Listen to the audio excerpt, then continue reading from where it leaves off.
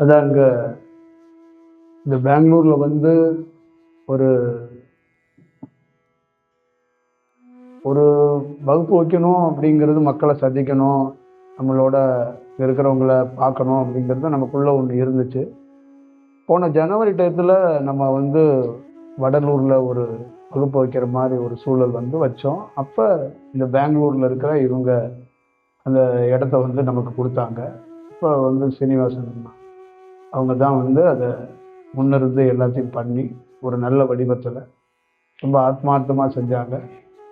அப்புறம் நம்ம அந்த ஜீவன் சீனிவாசன் அவங்களோட நம்ம அடிக்கடி அவங்கள கூப்பிட்றதுக்கு முக்கியமான காரணம், எங்களுக்கு ரொம்ப பிடிச்ச விஷயம் எது அப்படின்னா, ராமலிங்க சுவாமிகளை வழிபடுறதுனால நாங்கள் எல்லாரோடையும் பயணிக்கிறது இல்லை. அதில் நிறைய கோட்பாடுகள் இருக்குது, உண்மை இருக்குது.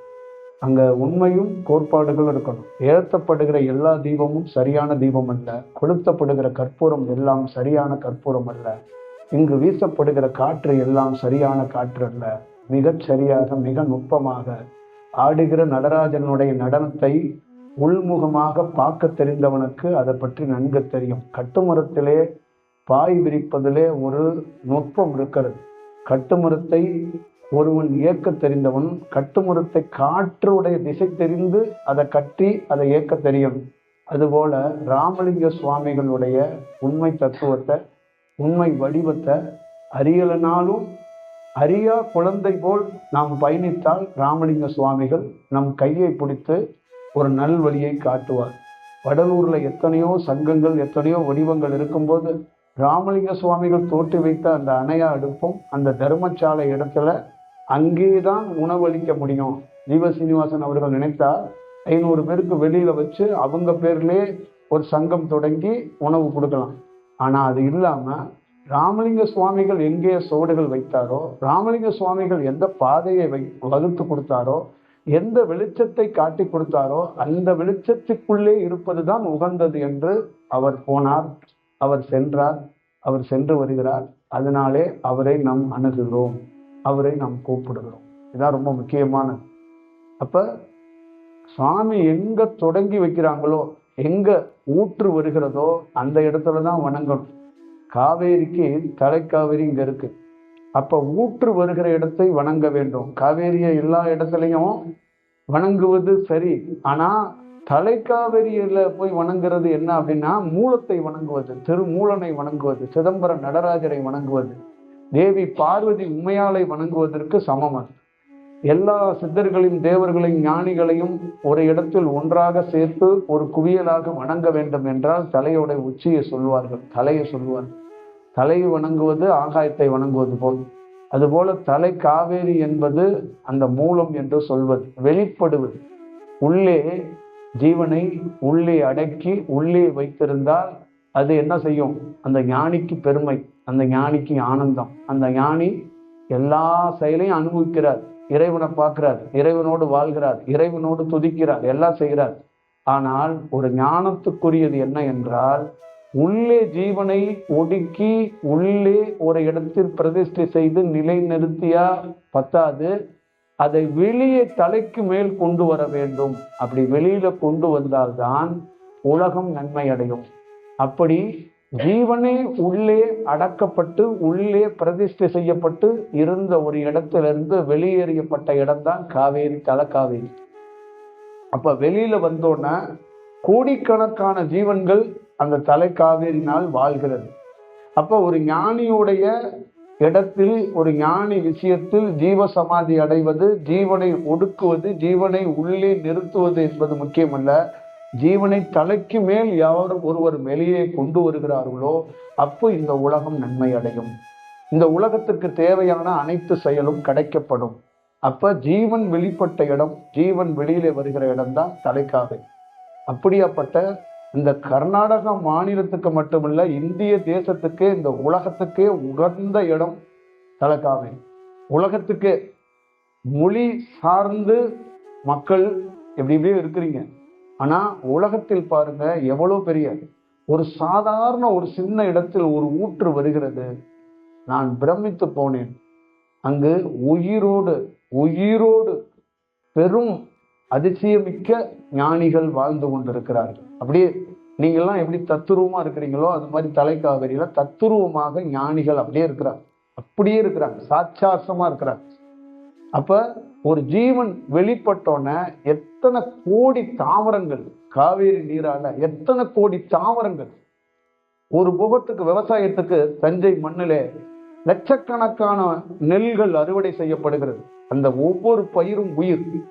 எத்தனை எத்தனை சீசன்களை, நெல், கரும்பு, கோதுமை, எத்தனை விஷயங்களை அங்கு, தானியங்களை, எத்தனையோ உயிர் விஷயங்களை, எத்தனை பறவைகள், எத்தனை ஆலயங்களுக்கு அந்த வாசல் வழியாக அந்த காவேரி நீர் செல்கிறது. கர்நாடகா சங்கீதத்தை தோற்று வைத்த அந்த தியாகராஜருடைய சமாதியே காவேரி கரையோரமாக இருக்கிறது. எனக்குள்ளே கலந்து கிடக்கின்ற, எனக்குள்ளே சங்கமித்து கொண்டிருக்கின்ற என்னுடைய நெருக்கமாக இருக்கக்கூடிய அந்த ஆதிசேஷனுக்கு மேல தூங்கி கொண்டிருக்கிற அரங்கநாதன் காவேரி கரையோரமாக தூங்கி கொண்டிருக்கிறார்.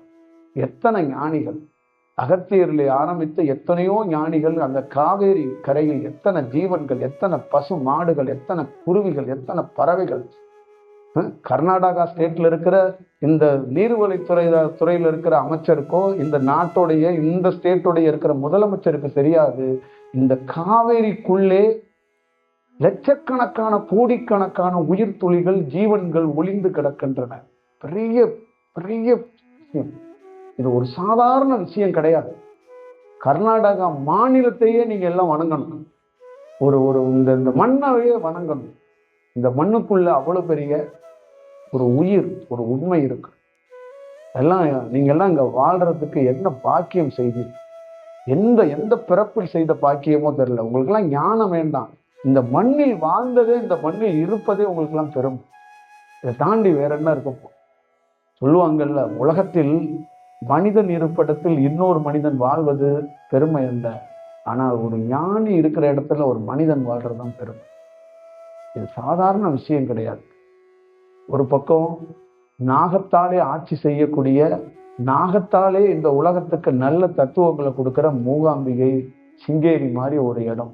நாகத்திலே உயர்ந்த செயல். இங்க வேத மந்திரத்தை உருவாக்கின யாசர் ரொம்ப தியானத்துல உயர்ந்த ஒரு அனுபவத்தை பெற்ற இடம் குக்கிய சுப்பிரமணியம். யாசர் ஞானத்துக்கே ஒரு உயர்ந்த செயலை, கழுத்துல சிவபெருமான் கழுத்துல பாம்பாக இருக்குல்ல, அந்த பாம்பு கழுத்துல வந்ததுக்கு காரணம் இங்க மைசூர்ல இருக்கிற சாமுண்டி ஈஸ்வரி கோவில். அந்த சாமுண்டி ஈஸ்வரி கோயில் கழுத்துக்கிட்ட இருக்கிற நாகம் இருக்குல்ல, சிவன் கழுத்துல, அந்த நாகத்தோடைய தத்துவம் கழுத்து வரைக்கும், கழுத்துக்குள்ள இருக்கிற தத்துவம் கழுத்து வரைக்கும், இடுப்புல இருந்து கழுத்து வரைக்கும் சாமுண்டி ஈஸ்வரியோட அந்த தத்துவத்துக்குள்ள அந்த வடிவத்தை அங்க பார்க்க முடியும். அப்படி ஒரு வடிவம். அதே போல இந்த மடிக்கேரி, ஐயோ என்னங்க இடம்! கர்நாடகா கவர்மெண்ட் அதெல்லாம் ஒரு சுற்றுலா தலமா வச்சிருக்கிறாங்க. எப்பா, உண்மையிலே சொர்க்கம் மடிக்கேரி தான்ப்பா. கர்நாடகாவில் யாராவது வாய்ப்பு இருந்தால் இந்த கவர்மெண்ட்ல சொல்லுங்கப்பா, இந்த மாதிரி இடத்தையெல்லாம் விட்டுறாதீங்கப்பா. எத்தனை பிறப்பு எடுத்தாலும் இந்த மாதிரி இடத்துல எல்லாம் வாழ்றதுங்கிறது சாதாரண விஷயம் கிடையாதுப்பா. எந்த தனி மனிதனாலும் கடவுளை பார்க்கறது ரொம்ப கஷ்டம். ஆனா இந்த மடிக்கேரி மாதிரி இடத்துல எல்லாம் என்ன வார்த்தையாலும் சொல்ல முடியாது. ஏன் அப்படின்னு நான் சொல்றேன்னா, உலகத்துல தியானம் பண்ற எங்களை மாதிரி ஆளுங்களுக்கு, தியானத்துல நாங்க கொஞ்சம் வளர்ந்து வர்றோம், எங்களை மாதிரி ஆளுங்களுக்கு என்ன தெரியும்னா, ரொம்ப ரொம்ப அரிதான விஷயம். என்ன அரிதான விஷயம் அப்படின்னா, நமக்குள்ள சுவாசம் ஓடுது, நமக்குள்ள ஜீவன் இருக்கு, நமக்குள்ள உயிர் இருக்கு. ஆனா அந்த சுவாசத்தை பக்குவப்படுத்துறது, அந்த சுவாசத்தை பலப்படுத்துறது அப்படிங்கிறது சாதாரண விஷயம் கிடையாது. இந்த குழந்தைய எப்படி ஒரு தாய் எப்படி முறையா வளர்க்கிறாளோ, அந்த மாதிரி இந்த உலகத்திலே ஒரு ஞானிய, ஒரு குருவை, ராமலிங்க சுவாமிகள் மாதிரி ஒருத்தரை ஏன் வணங்கணும்னா, அந்த சுவாசம், இரு சுவாசம் இருக்கு பார்த்தீங்களா, அது மிக சரியா இயங்கப்படும், மிகச்சரியா இயங்கப்படும். இந்த மிகச்சரியா இயங்கப்படக்கூடிய வல்லமை படைத்தவர்கள் ஞானிகள். அப்ப அந்த இரண்டு சுவாசமும் நல்லா ஞாபகம் வச்சுக்கங்க. நீர் தத்துவத்துல முதல் முறையா ராமலிங்க சுவாமியே நீர்ல இருந்து வந்தவர் தான். இங்க இருக்கிற எல்லா பேருமே நீர்ல இருந்து வந்தவங்க தான். நம்மெல்லாம் தண்ணிக்குரியவர்கள், புரியுதுங்களா? அதனாலதான் நீர் நம்மளை விட்டு பிரிக்கவே முடியாத ஒரு சொத்து. நீர் தான் என்ன ஆனிச்சு, நிலவா மாறினுச்சு. நீர் தான் காற்றா மாறினுச்சு. நீர் தான் ஒரு உரை பணியாக மாறினுச்சு. நீர்ல ராமலிங்க சுவாமி இருந்து நெருப்பு தத்துவமா மாறுறார். அப்ப நீர்னா சந்திரக்கலையா தேவி பார்வதியோடைய திரு அருளால நமக்கு, எனக்கு இந்த லெப்ட் சைட்ல இருக்கிற ஒரு கண்ணு, ஒரு காது, ஒரு மூக்கு, ஒரு கை, ஒரு கால், ஒரு இதய பகுதி இயங்குறது நீர் தத்துவம். இதான் நிலவோட தத்துவம். அப்ப இந்த வழியில நம்ம தொடங்குறோம் வாழ்க்கையை. அப்படியே ரைட் சைட்ல நெருப்பு தத்துவம். அப்ப நீராக இருக்கிறவர் நெருப்பாக மாறுறாரு ராமலிங்க சுவாமி. நெருப்பா மாறி, அந்த நெருப்பா இருந்தா மக்கள் பணி செய்ய முடியாது. அந்த நெருப்பே என்ன பண்றாரு, காற்றாக அப்படியே காற்றிலே உரைப்பணி. நீங்க கேள்விப்பட்டிருக்கீங்கல்ல, அந்த உரைப்பணி இப்ப ஊட்டி இந்த மாதிரி இங்க நம்ம மடிக்கேரி மாதிரி இடங்கள்ல இப்ப உரைப்பணி பெய்கிற காலம் இந்த காலம். இந்த உரைப்பணி எப்படி அப்படிங்கிறதுக்கு அந்த நெருப்பே காற்று அந்த காற்றாக மாறி அப்படியே உரைப்பணியாக மாறி அது அப்படியே ஜீவனாக ஜோதியாக மலருது அப்படிங்கிறது தான் இதோடைய பெரிய வடிவம். அப்ப ஒரு நீரோடைய தத்துவம் தான் மூகாம்பிகை கோயில், சிங்கேரி கோவில் தான். ஆனா நீரையும் நெருப்பையும் ஒன்றாக இணைக்கக்கூடிய இடம் தான் மடிக்கேரி. இப்ப நீரையும் நெருப்பையும் ஒன்றா இணைக்கிறது பதம் பார்த்து இணைக்கணும். ஒரு அளவு 50 விழுக்காடுகள் நீர், 50 விழுக்காடு நெருப்பு. இதை ரெண்டையும் பதம் பார்த்து ரெண்டும் சேர்றது ரொம்ப சிரமம்.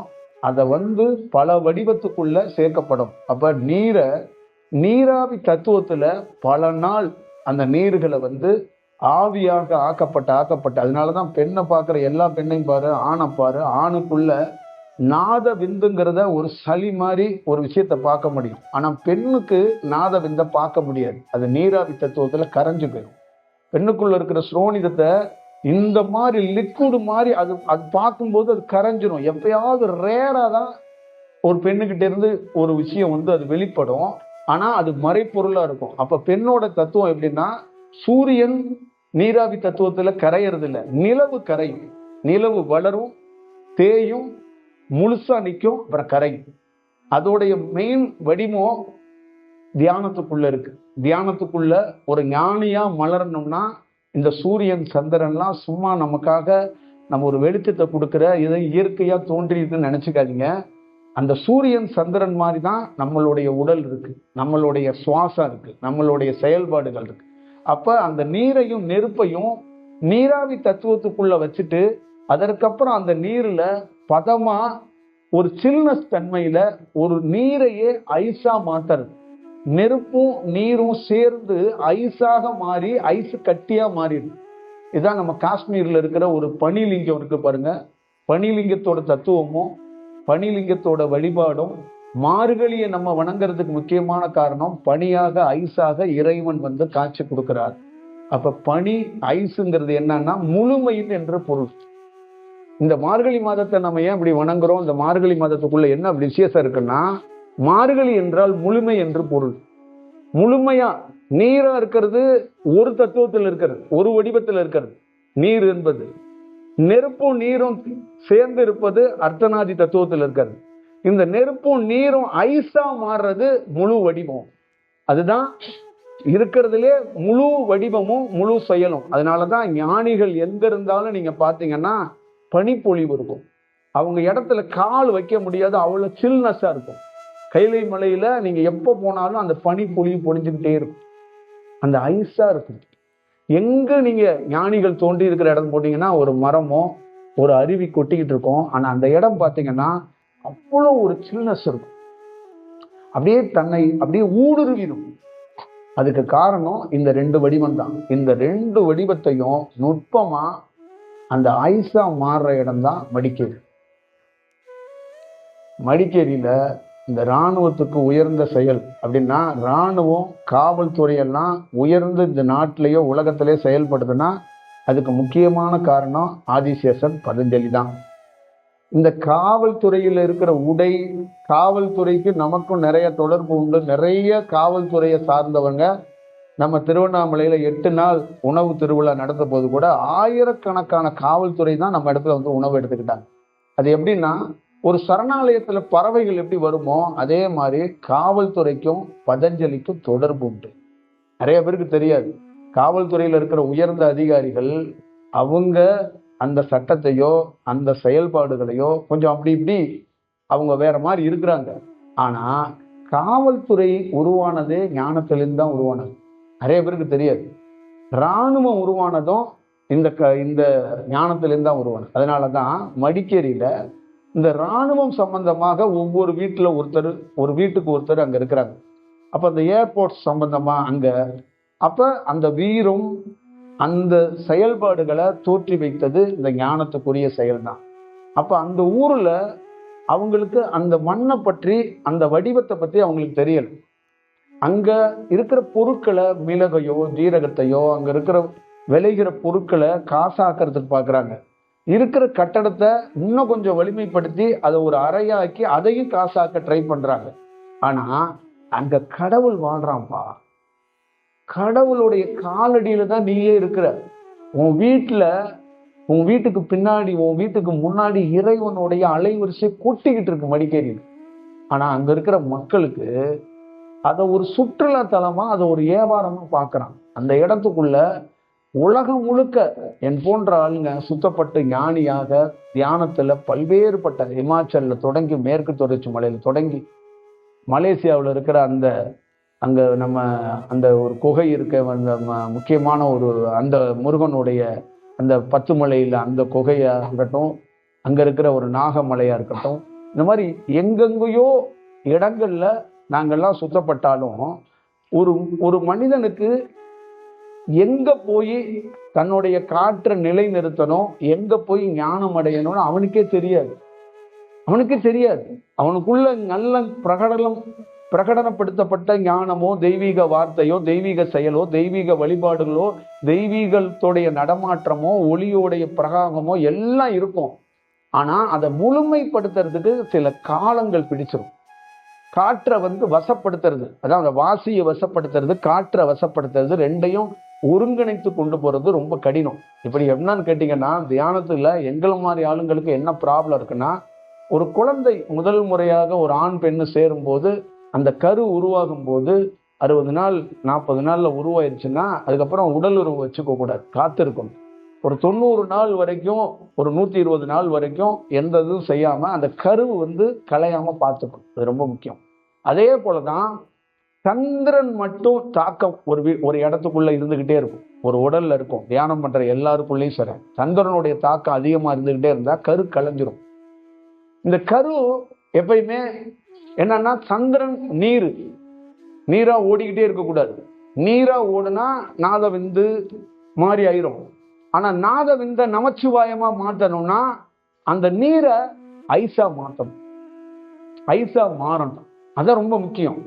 இங்க தியானம் சொல்லி கொடுக்கிற ஆசான்கள் குருவுக்கெல்லாம் ஒரு வைத்தியரா இருக்கணும். ப்ராப்பர் ஒரு தியானம் சொல்ற ஒரு குருவுக்கு என்ன இருக்குன்னா, வைத்தியம் தெரியணும். நாடி பிடிச்சி வைத்தியம் பார்ப்பாங்கல்ல, அந்த மாதிரி கரு களையாம தியானம் கிடைக்கணும். தியானத்திலே ரொம்ப நுட்பமானது என்னன்னா, நாடி தெரிந்தவனுக்கு தான் தியானத்தை பத்தி சொல்லியே கொடுக்கணும். நாடி தெரியும், நாடி பிடிச்சு பார்த்து சொல்லுவாங்கல்ல, அந்த மாதிரி நாடி தெரியணும். நாடி வர்றவங்களை நாடி பார்த்து வேலை செய்ய தெரிஞ்சிருக்கணும். அப்ப வைத்தியம் தெரியணும். அப்ப காலத்தோட கணக்கு தெரியணும். அடுத்தது தியானம் சொல்லி தரவங்களுக்கு கால கணக்கு தெரியணும். மார்கழி கார்த்திகை இந்த மாதிரி மாதங்கள்ல தியானம் எப்படி நடக்கும், அது மாதிரி ஏப்ரல் மே காலகட்டங்கள்ல தியானம் பண்ணக்கூடாது. தியானம் பண்ணவங்க எல்லாருமே தியானத்தை தக்க வைக்கணும். ஏன்னா உஷ்ணம் அதிகமா இருக்கிற காலகட்டம். அதே மாதிரி காற்றடி காலம்னு ஒரு காலம் இருக்கு. அந்த ஆடி இந்த மாதிரி காலத்துல மேற்காத்து வீசும்பாங்க. அந்த காலகட்டத்திலயும் தியானத்தை ரொம்ப கேர்ஃபுல்லா பண்ணணும். மழை காலங்கள்ல, மழை பெய்யறல அந்த காலங்கள்ல, இந்த பனி காலங்கள்ல ஒரு சாதகன் தன்னுடைய தியானத்துல வெற்றி அடைகிறதுக்கு வாய்ப்பு நிறைய இருக்கு.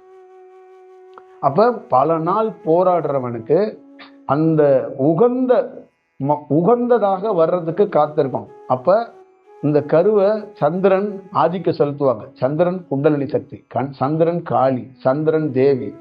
பெண்ணுனாவே எமோஷன், பெண்ணுனாவே கருணை, பெண்ணுனாவே அன்பு, பெண்ணுனாவே எல்லாமே இருக்கு. அதுல பெண்ணால வாழ்வோம், பெண்ணாலையும் சாவோம். பெண்ணுக்காக தன்னையும் கொடுப்போம், பெண்ணுக்காக தன்னையும் அழிச்சுக்குவோம். காதலுக்காக ஒருத்தன் தாடி வளர்க்குறான்னு சொல்கிறான்ல, அந்த மாதிரி தான். காதலுக்காக தாடி வளர்த்தவனை எவ்வளோ பேர் பார்த்தீங்க? பார்வதிக்காக தாடி வளர்த்துக்கிட்டு இருக்கேன் நான். புரியுதுங்களா? இப்போ இந்த தாடிக்கு பின்னாடி பார்வதி இருக்கிறாங்க.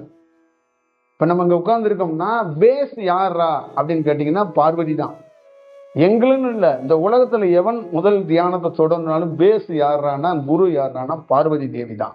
ஆனால் பார்வதி தேவியோடைய பக்குவத்தில் என்னன்னா, அவன் நதியா ஓட விட்டுக்கிட்டே இருப்பாங்க. தேவி நதியா ஓடிக்கிட்டே இருந்தா தில்லையில் இருக்கிற திருச்சிற்றம்பலமா இருக்கக்கூடிய நடராஜனை நம்ம அந்த மாதிரி அணுகி அந்த மாதிரி மாறுறதுக்கு ரொம்ப கடினமாயிட்டு. அப்ப நாங்கெல்லாம் பல இடங்கள்ல திண்டாடி திகைத்து போய் நாங்க என்ன பண்ணுவோம்னா, சந்திரக்கலையும் சூரியக்கலையும் சேர்த்து அப்படியே சுழுமுனைக்கு எடுத்துட்டு வந்து வச்சு ஒரு வேலை செஞ்சுக்கிட்டே இருப்போம். திடீர்னு பார்த்தீங்கன்னா ஒரு நிறைய மக்களை சந்திப்போம், நிறைய பிரயாணங்கள்ல, நிறைய ஆலயங்களுக்கு, நிறைய கோவில்கள், நிறைய மலைத்தொடருக்கு போறோம்ல.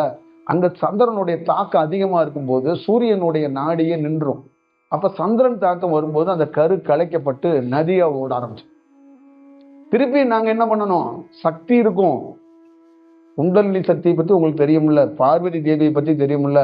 அவ பயங்கரமான மேஜிக் பண்றவங்க அந்த அம்மா. ஆனா அதை நிலை நிறுத்துறதுக்கு தாமதம் ஆயிப்போம். இப்ப மீண்டும் என்ன பண்ணுவோம்? நதியா ஓட ஆரம்பிச்சிருவோம். இப்ப நதியா ஓடிட்டு இருக்கும்போது உள் உணர்வுகள்ல பெரிய பெரிய ஞானிகள் இப்படியே தண்ணியாகவே ஓடிக்கிட்டு இருந்தா நிரந்தரம் இல்லாம நிலை இல்லாம போயிடும். அப்ப வர்ற மக்களுக்கு நீர் பகிர்ந்து கொடுக்கணுங்கிறது சரிதான். அதே வேளையில அந்த நீரை இன்னும் தெளிவா கொடுக்கணும். அப்படிங்கிறதுக்குன்னா நீரையும் நெருப்பாக மாற்றணும், நெருப்புக்குள்ள போகணும். அப்ப பல நாள் எங்களை மாதிரி ஆளுங்களுக்கெல்லாம் இந்த இந்த இந்த நிலை நிறுத்துறதுல நிறைய ப்ராப்ளம் எங்களுக்கு வந்திருக்கு. மக்களுக்கு வந்திருக்குன்னு சொல்றதோட எங்களுக்கு நாங்க அடிப்படையா நிறைய இடங்கள்ல பாதிச்சிருக்கிறோம். நிறைய இடங்கள்ல தியானம் பிச்சுக்கிட்டு வரும். அதனாலேயே ஒருத்தர் முழுமையா ஞானி ஆயிடுவாரு அப்படின்லாம் சொல்ல முடியாது. தியானத்திலே பெரிய பெரிய தியானம் இருக்கு, பெரிய சக்தி இருக்கு. வாக்கு சொன்னா பழிச்சிரும். நீங்க எதை பார்த்தாலும் ஏதாவது ஒரு அதிர்ஷ்டமா ஏதோ ஒரு பொருள் எல்லாம் கொடுத்துடலாம். ஆனா இதெல்லாம் ஞானிகள் ஏத்துக்கிறது இல்லை. ஞானிகள் எதை ஏத்துக்கிறாங்கன்னா, ராமலிங்க சுவாமி மாதிரி ஒருத்தவங்க நம்ம ஏத்துக்கிட்டோம் அப்படின்னா, யார் ஏத்துக்கிட்டாங்கன்னா பிற ஞானிகள் ஏத்துக்கிறது, மனிதர்கள் ஏத்துக்கிறது கிடையாது. பிற ஞானிகள் ஏத்துக்கிறது எப்படி ஏத்துக்கிறாங்கன்னா, அந்த ரெண்டையும் நிலை நிறுத்தினதுக்கு அப்புறம் தான், சூரியனையும் சந்திரனையும் நிலை நிறுத்தினதுக்கு அப்புறம் தான் அவங்க வேற ஒரு பிரயாணத்தை செய்ய முடியும்.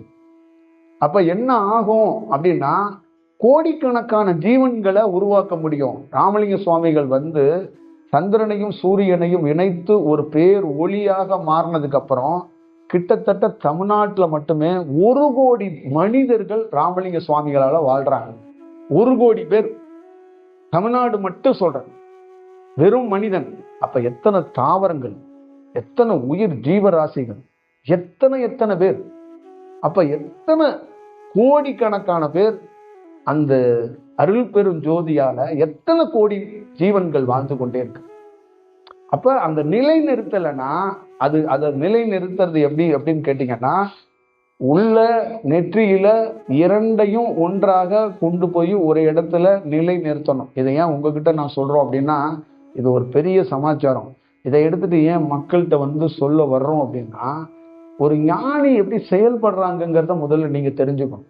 தியானங்கிறது விளையாட்டா எங்க ஊர்ல இந்த சைக்கிள் டயர் எடுத்துட்டு ஒரு சின்ன குச்சியை எடுத்துட்டு நாங்க வண்டி ஓட்டிட்டு அலையிற கதையா ஆகி போச்சு இன்னைக்கு தியானம். இன்னைக்கு தியானங்கிறது இந்த சறுக்கி விளையாடுற பிள்ளைங்க மாதிரி, எனக்கு கொஞ்சம் தியானம் கற்றுக் கொடுங்க, எனக்கு அப்படியே உள்ளே அப்படியே ஒரு மாதிரி பண்ணுது, ஓடுது, அப்படி போகுது, அப்படின்னு என்னமோ ஒரு பருப்பை வச்சு 2 டம்ளர் தண்ணியை ஊற்றி சாம்பார் வைக்கிற கதையாகி போச்சு இன்னைக்கு தியானம். அப்படி ஒரு விளையாட்டுத்தனமான ஒரு தன்னையே அர்ப்பணித்து பல நகரங்கள்ல சுத்தி தெரிந்த ஞானிகளுடைய கலையை முறையாக எப்படின்னு கூட தெரியாம நிறைய மக்கள் கத்துக்கிறாங்க, நிறைய பேர் சொல்லி கொடுக்குறாங்க. அது பெரிய வருத்தம். ஏன்னா ஒரு ஞானி உருவாகிறதுங்கிறது ஒரு சாதாரண விஷயம் கிடையாது, பெரிய பெரிய ஒரு செயல் இருக்கு. அப்ப உள்ள 2 ஜீவனையும் சேர்க்கப்படுறாங்க. அது சேர்க்கப்படுறது நீங்க நினைக்கிற மாதிரி உலகத்துல ராமலிங்க சுவாமிகள் தோன்றியது வடலூரா இருக்கலாம், அவர் முழுமை பெற்ற இடம் எங்கன்னு உங்களுக்கு யாருக்குமே தெரியாது. ஒருத்தர் அப்படியே வந்து அந்த இடத்துல டமால்னு வேலை செய்ய மாட்டார். அதுக்கு முன்னாடி அவருக்கு ஒரு ப்ராசஸ் இருக்கு, ஒரு பணி இருக்கு. அப்ப நீரா இருந்திருக்கிறாங்க. அப்ப நெருப்பா சேர்க்கறதுக்கு எங்க சேர்த்திருப்பாங்க? அப்ப நெருப்பையும் நீரையும் சேர்த்து ஜோதியா மாறி அதுக்கப்புறம் தான் வர்றாங்க. அப்ப எங்க இருந்து வரப்பட்டிருப்பாங்க? அப்ப மடிக்கேரி மாதிரி இந்தியாவில் ஒரு வெகு சில இடங்கள் இருக்கு.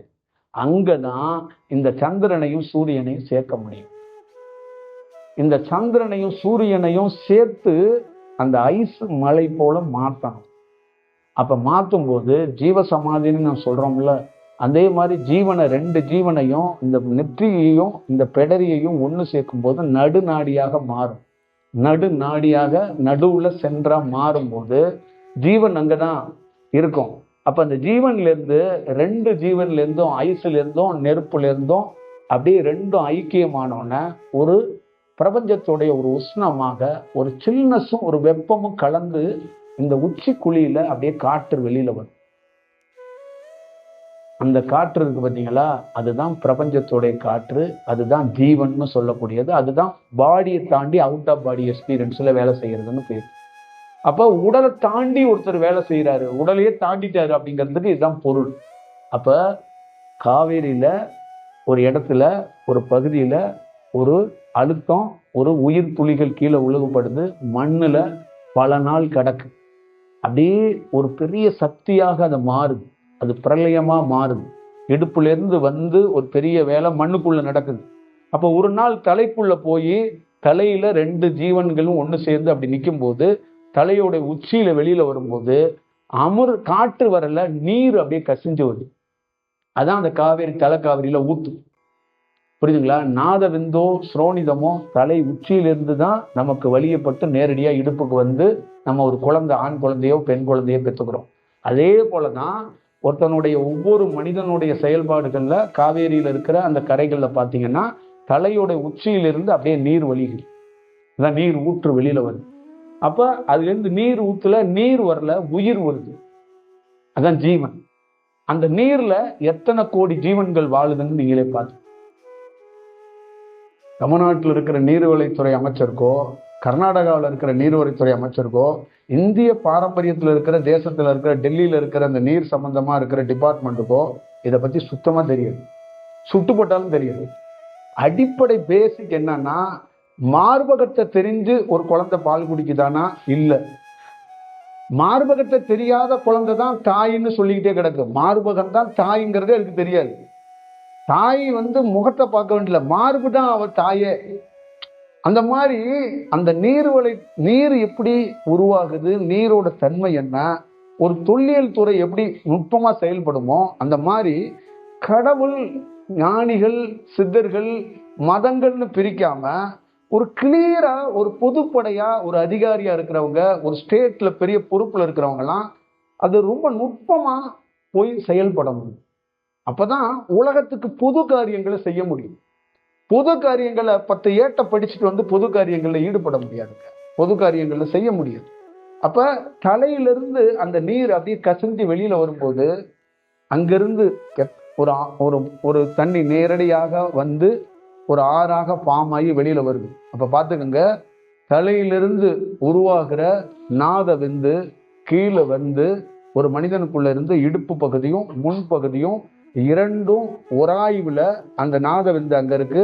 மனைவியோட இணையும் போது இந்த நீர் போய் அங்க பாய்ச்சப்படும் போது அந்த நீருக்குள்ள இருக்கிற உயிர் துளிகள்ல ஒரு குழந்தை உருவாகும். இதே மாதிரிதான் தலையிலிருந்து வடியப்பட்ட நீர்லேருந்து ஊற்றி அது இடுப்பு பகுதியில் எப்படி நாத விந்து வெளியே போதோ அந்த மாதிரி காவேரி கரையில அப்படியே அந்த ஆத்துல ஓடுதுங்க. அப்ப அந்த இடத்துக்குள்ள இருந்து ரெண்டும் பக்குவமா இணைந்ததுனாலதான் அது என்ன பண்ணுது, வெளிப்பட்டிருக்கு. அதுக்கு முன்னாடி அது வெளிப்படல. அப்ப ஜீவ சமாதி என்பது உள்ளே ஒடுக்கி வைப்பது என்பது, சக்தியாக பிரகடனப்படுத்தி வேலை செய்வது என்பதெல்லாம் தாண்டி பாடியை விட்டு அவுட் ஆஃப் பாடி எக்ஸ்பீரியன்ஸ்ல ஒரு ஞானி வெளியில வரணும். அந்த ஜீவன்ல இருந்து வர உயிர் துளிகள் காற்றாக வெளியில வரணும். ஒரு ஞானியை பார்க்கணுங்கிறது ராமலிங்க சுவாமி கிட்ட என்ன விசேஷம்னா, அவரை நீங்க உருவத்தை பார்க்க முடியாது, அவரை நினைச்சா அவருடைய உஷ்ணம் உங்களுக்கு கிடைக்கும். இதான் அவரை பார்க்கணும்னுங்கிற அவரெல்லாம் பார்க்க முடியாது. அவர் பிரபஞ்சத்துடைய உஷ்ணம், பிரபஞ்சத்துடைய செயல், ஒரு திரவியம், ஒரு பெரிய திரவியம். அதை இல்லாம அவர் பொக்கிஷமான, என்ன சொல்றது, அந்த அமிர்தம்னு சொல்லுவாங்கல்ல, அமிர்தம் தான். அந்த அமிர்த கடேஸ்வரர், அமிர்தரீஸ்வரர்னு சொல்லுவாங்கல்ல, அதுதான் ராமலிங்க சுவாமிகள். எங்களை மாதிரி ஆளுங்கள்டேருந்து உங்களுக்கு என்ன கிடைக்குதுன்னா எந்த ஆசீர்வாதமும் கிடையாது. இந்த வெப்பமும் இந்த கூலிங்கும் சேர்ந்த ஒரு காற்று வெளியேறுது. அது எவ்வளவு வீதாச்சாரம் இங்க இருக்கிறவங்களுக்கு கிடைக்குதோ அந்த ஜீவன்கள் வளரப்படுது, அந்த ஜீவன்கள் மாறப்படுது. இப்ப இங்க வெறும் பேச்சு அல்ல, இங்க ஓடுது. இதுல இருந்து ஒண்ணு வெளியில வரும். இங்கிருந்து வரலாம், இங்கிருந்து வரலாம், இங்கிருந்து வரலாம், இங்கிருந்து வரலாம். 9 துவாரத்துல எங்கிருந்து வேணாலும் வரலாம். இங்க வர்றது இப்படி பரவும். இதுல எந்த ஜீவன்களுக்கு சுவாசிக்கப்படுதோ, எந்த ஜீவன்களுக்கு கிடைக்கப்படுதோ அந்த ஜீவன் தன்னை வளர்த்து கொள்ளுது, தன்னை மேம்படுத்தி கொள்ளுது, தன்னை வடிவமாக்கி கொள்ளுது. இந்த பெங்களூர்ல இருக்கிற இந்த மடம் ராமலிங்க சுவாமிகள் மாதிரி அந்த உஷ்ணம் கொஞ்சம் சுவாசிக்கப்படலைன்னா இந்த தலைவரோ செயலாளரோ ஒரு பொது காரியத்தை செய்ய முடியுமா? ஒரு மனிதனாக இருந்து இவங்களால இந்த மாதிரி நல்ல காரியத்தை செய்யவே முடியாது. ஒரு மனிதன், நீங்க நல்லா ஞாபகம் வச்சுக்கோங்க, ஒரு மனிதன் 100%த்துல 30% தான் நல்லது செய்யறான், 70% தனக்கு மட்டுமே செஞ்சுக்கிறான். இங்க இருக்கிற ஆணும் சரி, இங்க இருக்கிற பெண்ணும் சரி. அந்த 30%க்கு காரணம் இந்த பிரபஞ்சத்தோட உஷ்ணம். ஏதோ ஒரு ஞானியோ இல்ல ஒரு குருவோ இல்ல கடவுள் நேச்சர்ல இருந்து கிடைக்கப்படுற அந்த உஷ்ணத்துல இருந்து அவன் நன்மை செய்ய தொடங்குறான். இப்ப இந்த பெங்களூர்ல இருக்கிற இந்த சன்மார்க்கம் நன்மை செய்யறதுக்கு முக்கியமான காரணம், தன்னையும் அறியாம தனக்குள்ளே ஒரு ஜீவனுடைய வெளிப்பாடுல அவங்க நன்மை செய்யறாங்க. அவங்க வீட்டுல இருக்கிற டயத்தெல்லாம் விட்டுட்டு இதுக்கு ஒரு 6 மணி நேரம் 7 மணி நேரம் ஒதுக்கி பிற மக்களுக்கு சோறு போடுறதோ இல்ல நன்மை செய்யறதோ இல்ல. இந்த ராமலிங்க சுவாமிகளை பற்றி எழுதி வைத்ததை படிக்கும் போது அங்க என்ன நடக்குதுன்னா, ராமலிங்க சுவாமிகளை பரப்ப வேண்டியதில்லை. நீங்க படித்தா 6 திருமுறைகளை படித்தா அந்த உஷ்ணம் வருங்க. அங்க உட்கார்ந்து இருக்கவங்களுக்கு அந்த உஷ்ணம் கிடைக்கும். இவ்வளவுதான் விஷயம். இது குரு பரப்புறது கிடையாது. குருவை பத்தி பாடுறது பரப்புறது அப்படின்னு நினைக்கிறாங்க. நோ, நீ எங்கு ராமலிங்க சுவாமியோ மாணிக்க வாசகனையோ அருணகிரியோ அழைக்கும் போது அந்த உஷ்ணம் வரும். அப்ப அவங்க என்ன சொல்றாங்கன்னா, அந்த உஷ்ணத்தை உனக்கு உள்ள கிரகிக்கிறது முழுசா கிரகிச்சிட முடியாது, கொஞ்சம் கொஞ்சமா தான் அது உனக்கு கிடைக்கும். அப்ப அதுல இருந்து உன் வாழ்க்கையில மிக மிக நுட்பமான நிறைய நல்ல செயல்களை உன்னால பண்ணிக்க முடியும். அப்ப ஒவ்வொரு மனிதனுக்குள்ளையும் நிறைய இங்க இருக்கிற ஆணோ இங்க இருக்கிற பெண்ணோ தன்னை தாண்டி ஒரு 10% அந்த உலகத்துக்கு நன்மை செய்யறாங்கன்னா அவங்களுக்குள்ள ஏதோ ஒரு நல்ல உஷ்ணம் கிடைக்கப்பட்டதுனாலதான் அவங்க நன்மை செய்யறாங்க. அப்ப இதோடைய உண்மை வடிவத்தை தெரிஞ்சுக்காம நாம வேற வடிவத்துக்குள்ள வழிபாடுகளா அதை பரப்புரையா நம்ம எடுத்துட்டு போறோம். இந்த உலகத்திலே என்ன ஒரே ஒரு விஷயம்னா, இந்த உடலுக்கும் இந்த உயிருக்கும் ஒரு யாரும் எதிர்பார்க்க முடியாத ஒரு நல்ல உஷ்ணம் நமக்கு கிடைக்கணும். நீங்க எல்லாருமே நல்லா ஞாபகம் வச்சுக்கோங்க, தாயோடைய உஷ்ணம் தந்தையோட உஷ்ணத்திலிருந்து உருவானதுதான் அந்த உடல்.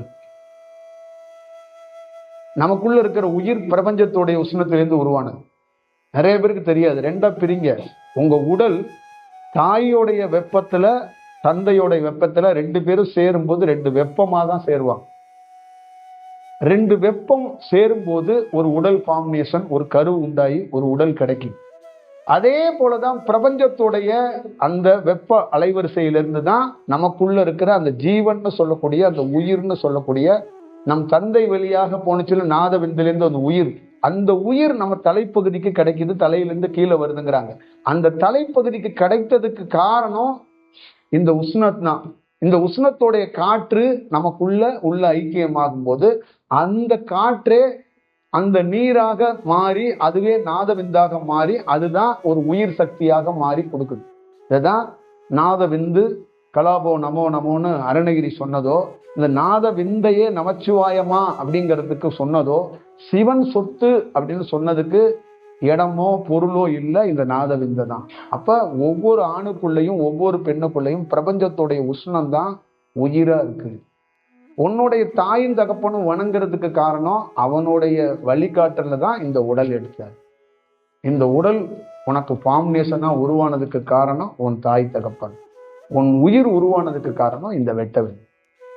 இது ரெண்டையும் உணர்ந்து வேலை செய்யும் போது அப்ப மீண்டும் இந்த வெட்டவெளியிலிருந்து உனக்கு ஒரு நல்ல உஷ்ணம் கிடைக்கும் போது உயிர் பலப்படுது.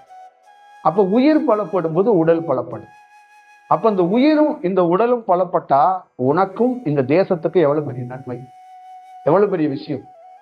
ஒரு அரசாங்கம் ஒரு அறநிலைத்துறை செய்ய முடியாதத நேரடியாக கருப்பா இருப்பாரா, சிகப்பா இருப்பாரா, ஒளியா இருக்கிறாரா, எப்படி இருக்கிறாருன்னே தெரியாம ராமலிங்க சுவாமிகள் பல கோடி ஜீவன்களுக்கு வாழ்வழித்து கொண்டிருக்கிறார்.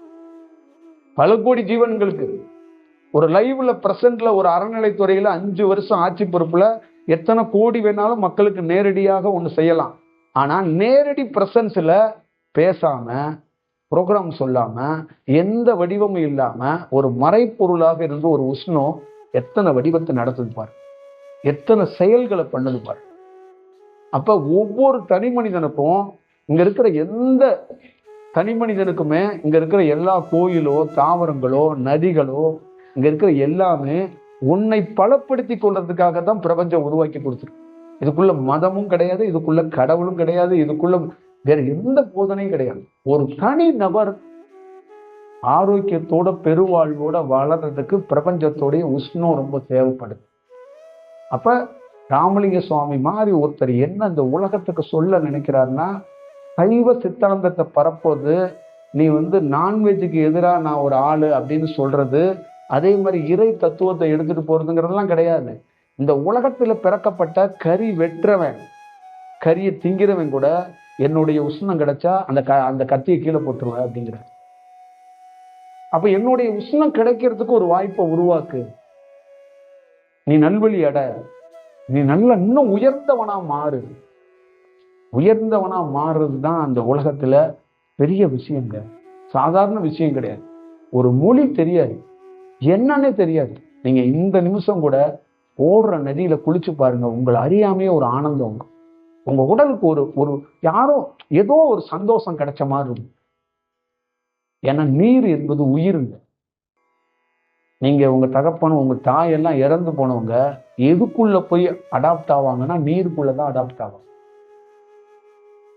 இறந்தவர்கள் பயப்படக்கூடிய இடமும் சரி, இறந்தவர்கள் ஆனந்தப்படக்கூடிய இடமும் சரி, ரெண்டே இடம் தான். பேயா இருக்கிறது தண்ணியை கண்டா பயப்படும், புரியுதா?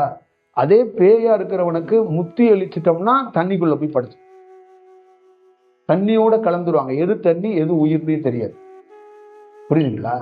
இந்த நீரை பருகும் போதுதான் நமக்குள்ளே உயிர் சக்தி பெருகப்படுது அப்படிங்கிறது தான் ஒரு விஷயம். அப்ப ஒருத்தன் தியானத்துல வாட்டர் பாட்டில வாங்கி அந்த இதெல்லாம் குடிக்காம தியானத்திலே அப்படியே அமர்ந்து இருக்கும் போது சந்திரக்கலையாக நீர் உள்ளே சந்திரக்கலை ஓடும் போது நீர் தத்துவத்தை நீரை பருகிறான். இதான் விஷயம். அப்ப நீரை பருகும் போது அவனுக்கு உயிர் சக்தி பிரகாரம் எடுக்கிறது. அந்த உயிர் சக்தி தத்துவமாக மாறுது. அந்த உயிர் சக்தி அவனுக்குள்ள என்ன ஆகுதுன்னா ஒரு புது வடிவத்தையும் புது தத்துவத்தையும் புது பாதையையும் புது வெளிச்சத்தையும் ஒருத்தனுக்கு காட்டுது.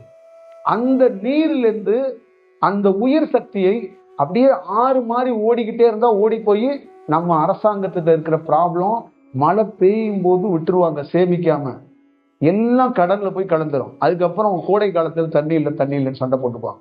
அதே போலதான் இங்க இருக்கிற ஆணோ இங்க இருக்கிற பெண்ணோ சந்திரக்கலை நீர் ஓடும் போது அந்த நீர் அப்படியே பிரகடலை எடுத்து ஓடிக்கிட்டே இருக்கும். அதை வீணடிச்சிடாம சூரியக்கலையையும் ஓட்டி சூரியக்கலையும் சந்திரக்கலையும் அந்த நீரை ஒரு டேம் மாதிரி சேர்க்கணுங்கிறாங்க.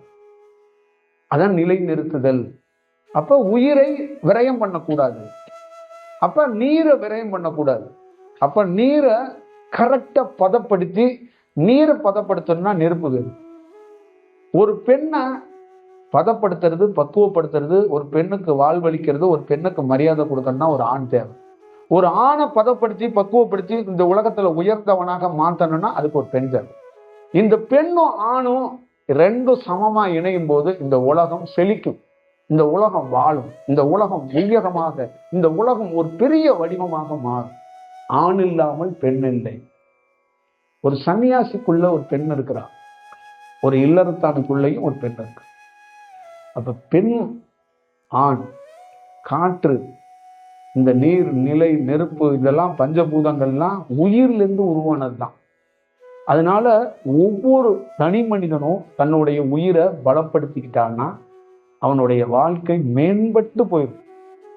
ராமலிங்க சுவாமி தயவு செய்து உங்களுக்கெல்லாம் சொல்றது, வாழ்க்கையில மறக்க முடியாத சம்பவம். உங்களுக்கெல்லாம் நீங்க எல்லாம் தெரிஞ்சுக்கணும். என் போன்ற ஒரு சாதாரண ஒரு ஆளுக்கு அது ஒரு காற்றா, ஒரு ஜோதியா, ஒரு பாதை காற்றா. அவங்கெல்லாம் வளர்ந்தவங்க. இப்ப இந்த உடல்ல இருக்கிற நாமெல்லாம் ஆரம்ப காலகட்டத்துல மனிதனா இருக்கும்போது தியானம் வந்துடும், அலைவரிசை வந்துடும். ஆனா நிறைய இன்னும் வளரணும். அப்ப நம்ம அந்த வளர்றதுக்கு முன்னாடியே நிறைய விஷயங்கள் காட்டப்படும். அது ஏன் காட்டப்படுதுன்னா உள்ள ஒரு காற்று போய் தடுத்து ஆட்கொண்டு அது காட்டும். அப்ப நாம என்ன நினைச்சுக்கோன்னா அது காட்டுறத நாமளே வளர்ந்துட்டதா கூட நினைச்சுக்கோம். அந்த மாதிரிலாம் போயிடாம பெரியவங்க சொல்படி, பெரியவங்க காட்டுற பாதப்படி, பெரியவங்க காட்டுற வெளிச்சத்துல காத்திருந்தோம்னா ஒரு நாள் நம்ம ஒரு மிகப்பெரிய விஷயத்துல வளரலாம். அப்ப ராமலிங்க சுவாமிகள் வடலூர்ல அந்த அருள்பெரும் ஜோதி அப்படிங்கிறது ரெண்டையும் ஒண்ணு சேர்க்கிறது தான். தனிப்பெரும் கருணை அப்படிங்கிற சொல்ற வார்த்தை ரெண்டையும் ஒண்ணு சேர்த்துட்டதுக்கு அப்புறம் பல கோடி ஜீவன்களுக்கு கருணையாக இருந்து பணி செய்கிறார்னா காவேரி, தலைக்காவேரியும் வடலூரும் வேற கிடையாது.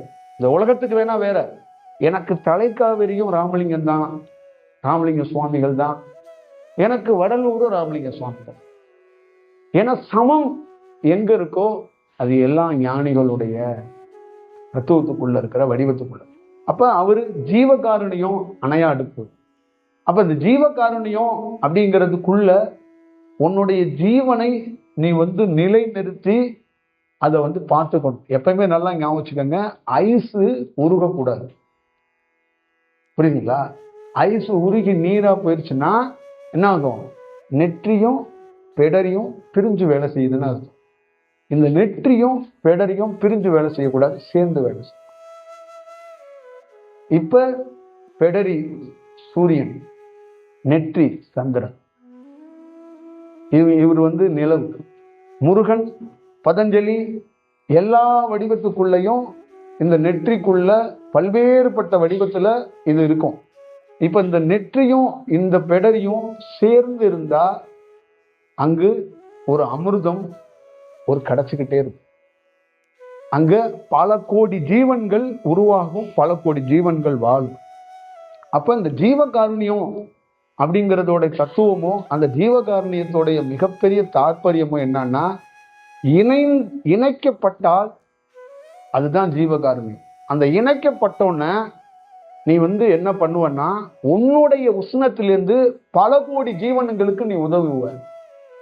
இப்ப காவேரியில நல்லா ஞாபகம் வச்சுங்க, தலைக்காவேரி ரெண்டும் இணைஞ்சிருச்சு, தலையிலிருந்து நீர் வருது. தஞ்சாவூர்ல ஒரு போகத்துக்கு ஒரு தனி நபருக்கு 50 to 100 மூட்டை நெல் விளையுது. அப்ப ஒவ்வொரு வீட்டிலையும் தஞ்சாவூர் மட்டும் நான் சொல்றேன், காவேரி டெல்டா மாவட்டத்துல கிட்டத்தட்ட 1000 கிராமம் இருக்கு. ஒரு தனி வீட்டுக்கு ஒரு ஜீவகாருண்யமா நீங்க போடுறீங்கல்ல, ராமலிங்க சுவாமி பேரை சொல்லி அன்னதானமா, இந்த காவேரி என்ன பண்ணுதுன்னா ஜீவகாருண்யத்தை அது பண்ணுது. இப்ப ஒவ்வொரு வீட்டுக்கு எத்தனை நூற்றுக்கணக்கான மூட்டைகள் நெல் விளையப்படுது. அப்ப எத்தனை வீடுகள்ல எவ்வளவு பேர் பயிரிட்டு இருக்காங்க. அப்ப எத்தனை வீட்டுக்கு அது அன்னதானம் பண்ணிருச்சு பாருங்க. அப்ப ஜீவகாருண்யத்தை எப்படி பண்ணணும் அப்படிங்கிறத உங்களுக்கு ஏன் இந்த 6 திருமுறையை படிச்ச நீங்க ஏன் இத்தனை கணக்கான பிரான்ச் மாதிரி பிரிஞ்சு ராமலிங்க சுவாமிகளை பத்தி நீங்க செயல்படுற நீங்க ஏன் இந்த ஜீவகாருண்யத்தோட இருக்கிற அடிப்படை நாதத்தை பிடிக்க மாட்டீங்க? அத மையம் என்ன? ஒரு ஏழைக்கு தலவாழை இலை வச்சு சோறு போடுறது முக்கியம் இல்லை. ராமலிங்க சுவாமி எப்படி சோறு போட்டாருங்கிறது தான் பார்க்கணும். நம்ம குருநாதர் எப்படி சோறு போட்டார், அதோடைய வடிவம் என்ன, அதோட தத்துவம் என்ன, அதோடைய அந்த செயல்பாடுகள் என்ன. சாப்பாடு தனியா இருக்கிறத ஒன்னா மிஸ் பண்ணி சாப்பிட்டாதான் சுவை. வெறும் சோத்தையும் வெறும் சாம்பாரையும் குடிச்சா சுவை இல்லை. அதே மாதிரி ராமலிங்க சுவாமி தனியா, நீ தனியா வேலை செஞ்சா அது பேர் சுவை இல்லை. ரெண்டு கலக்கணும். அப்ப கலக்கணும்னா இந்த 2 ஜீவன்களும் சேர்ந்ததுக்கு அப்புறம் உன் உஷ்ணத்தால பல கோடி ஜீவன்கள் சோறு திங்குங்கிறாங்க. பல கோடி ஜீவன்கள், பல கோடி பறவைகள், பூச்சி, பள்ளி எல்லாம் வாழுங்கிறாங்க. இதான் ஞானிகள் தத்துவம், இதான் குரு தத்துவம். குரு அங்க எந்த வேலையும் செய்ய வேண்டியதில்லை.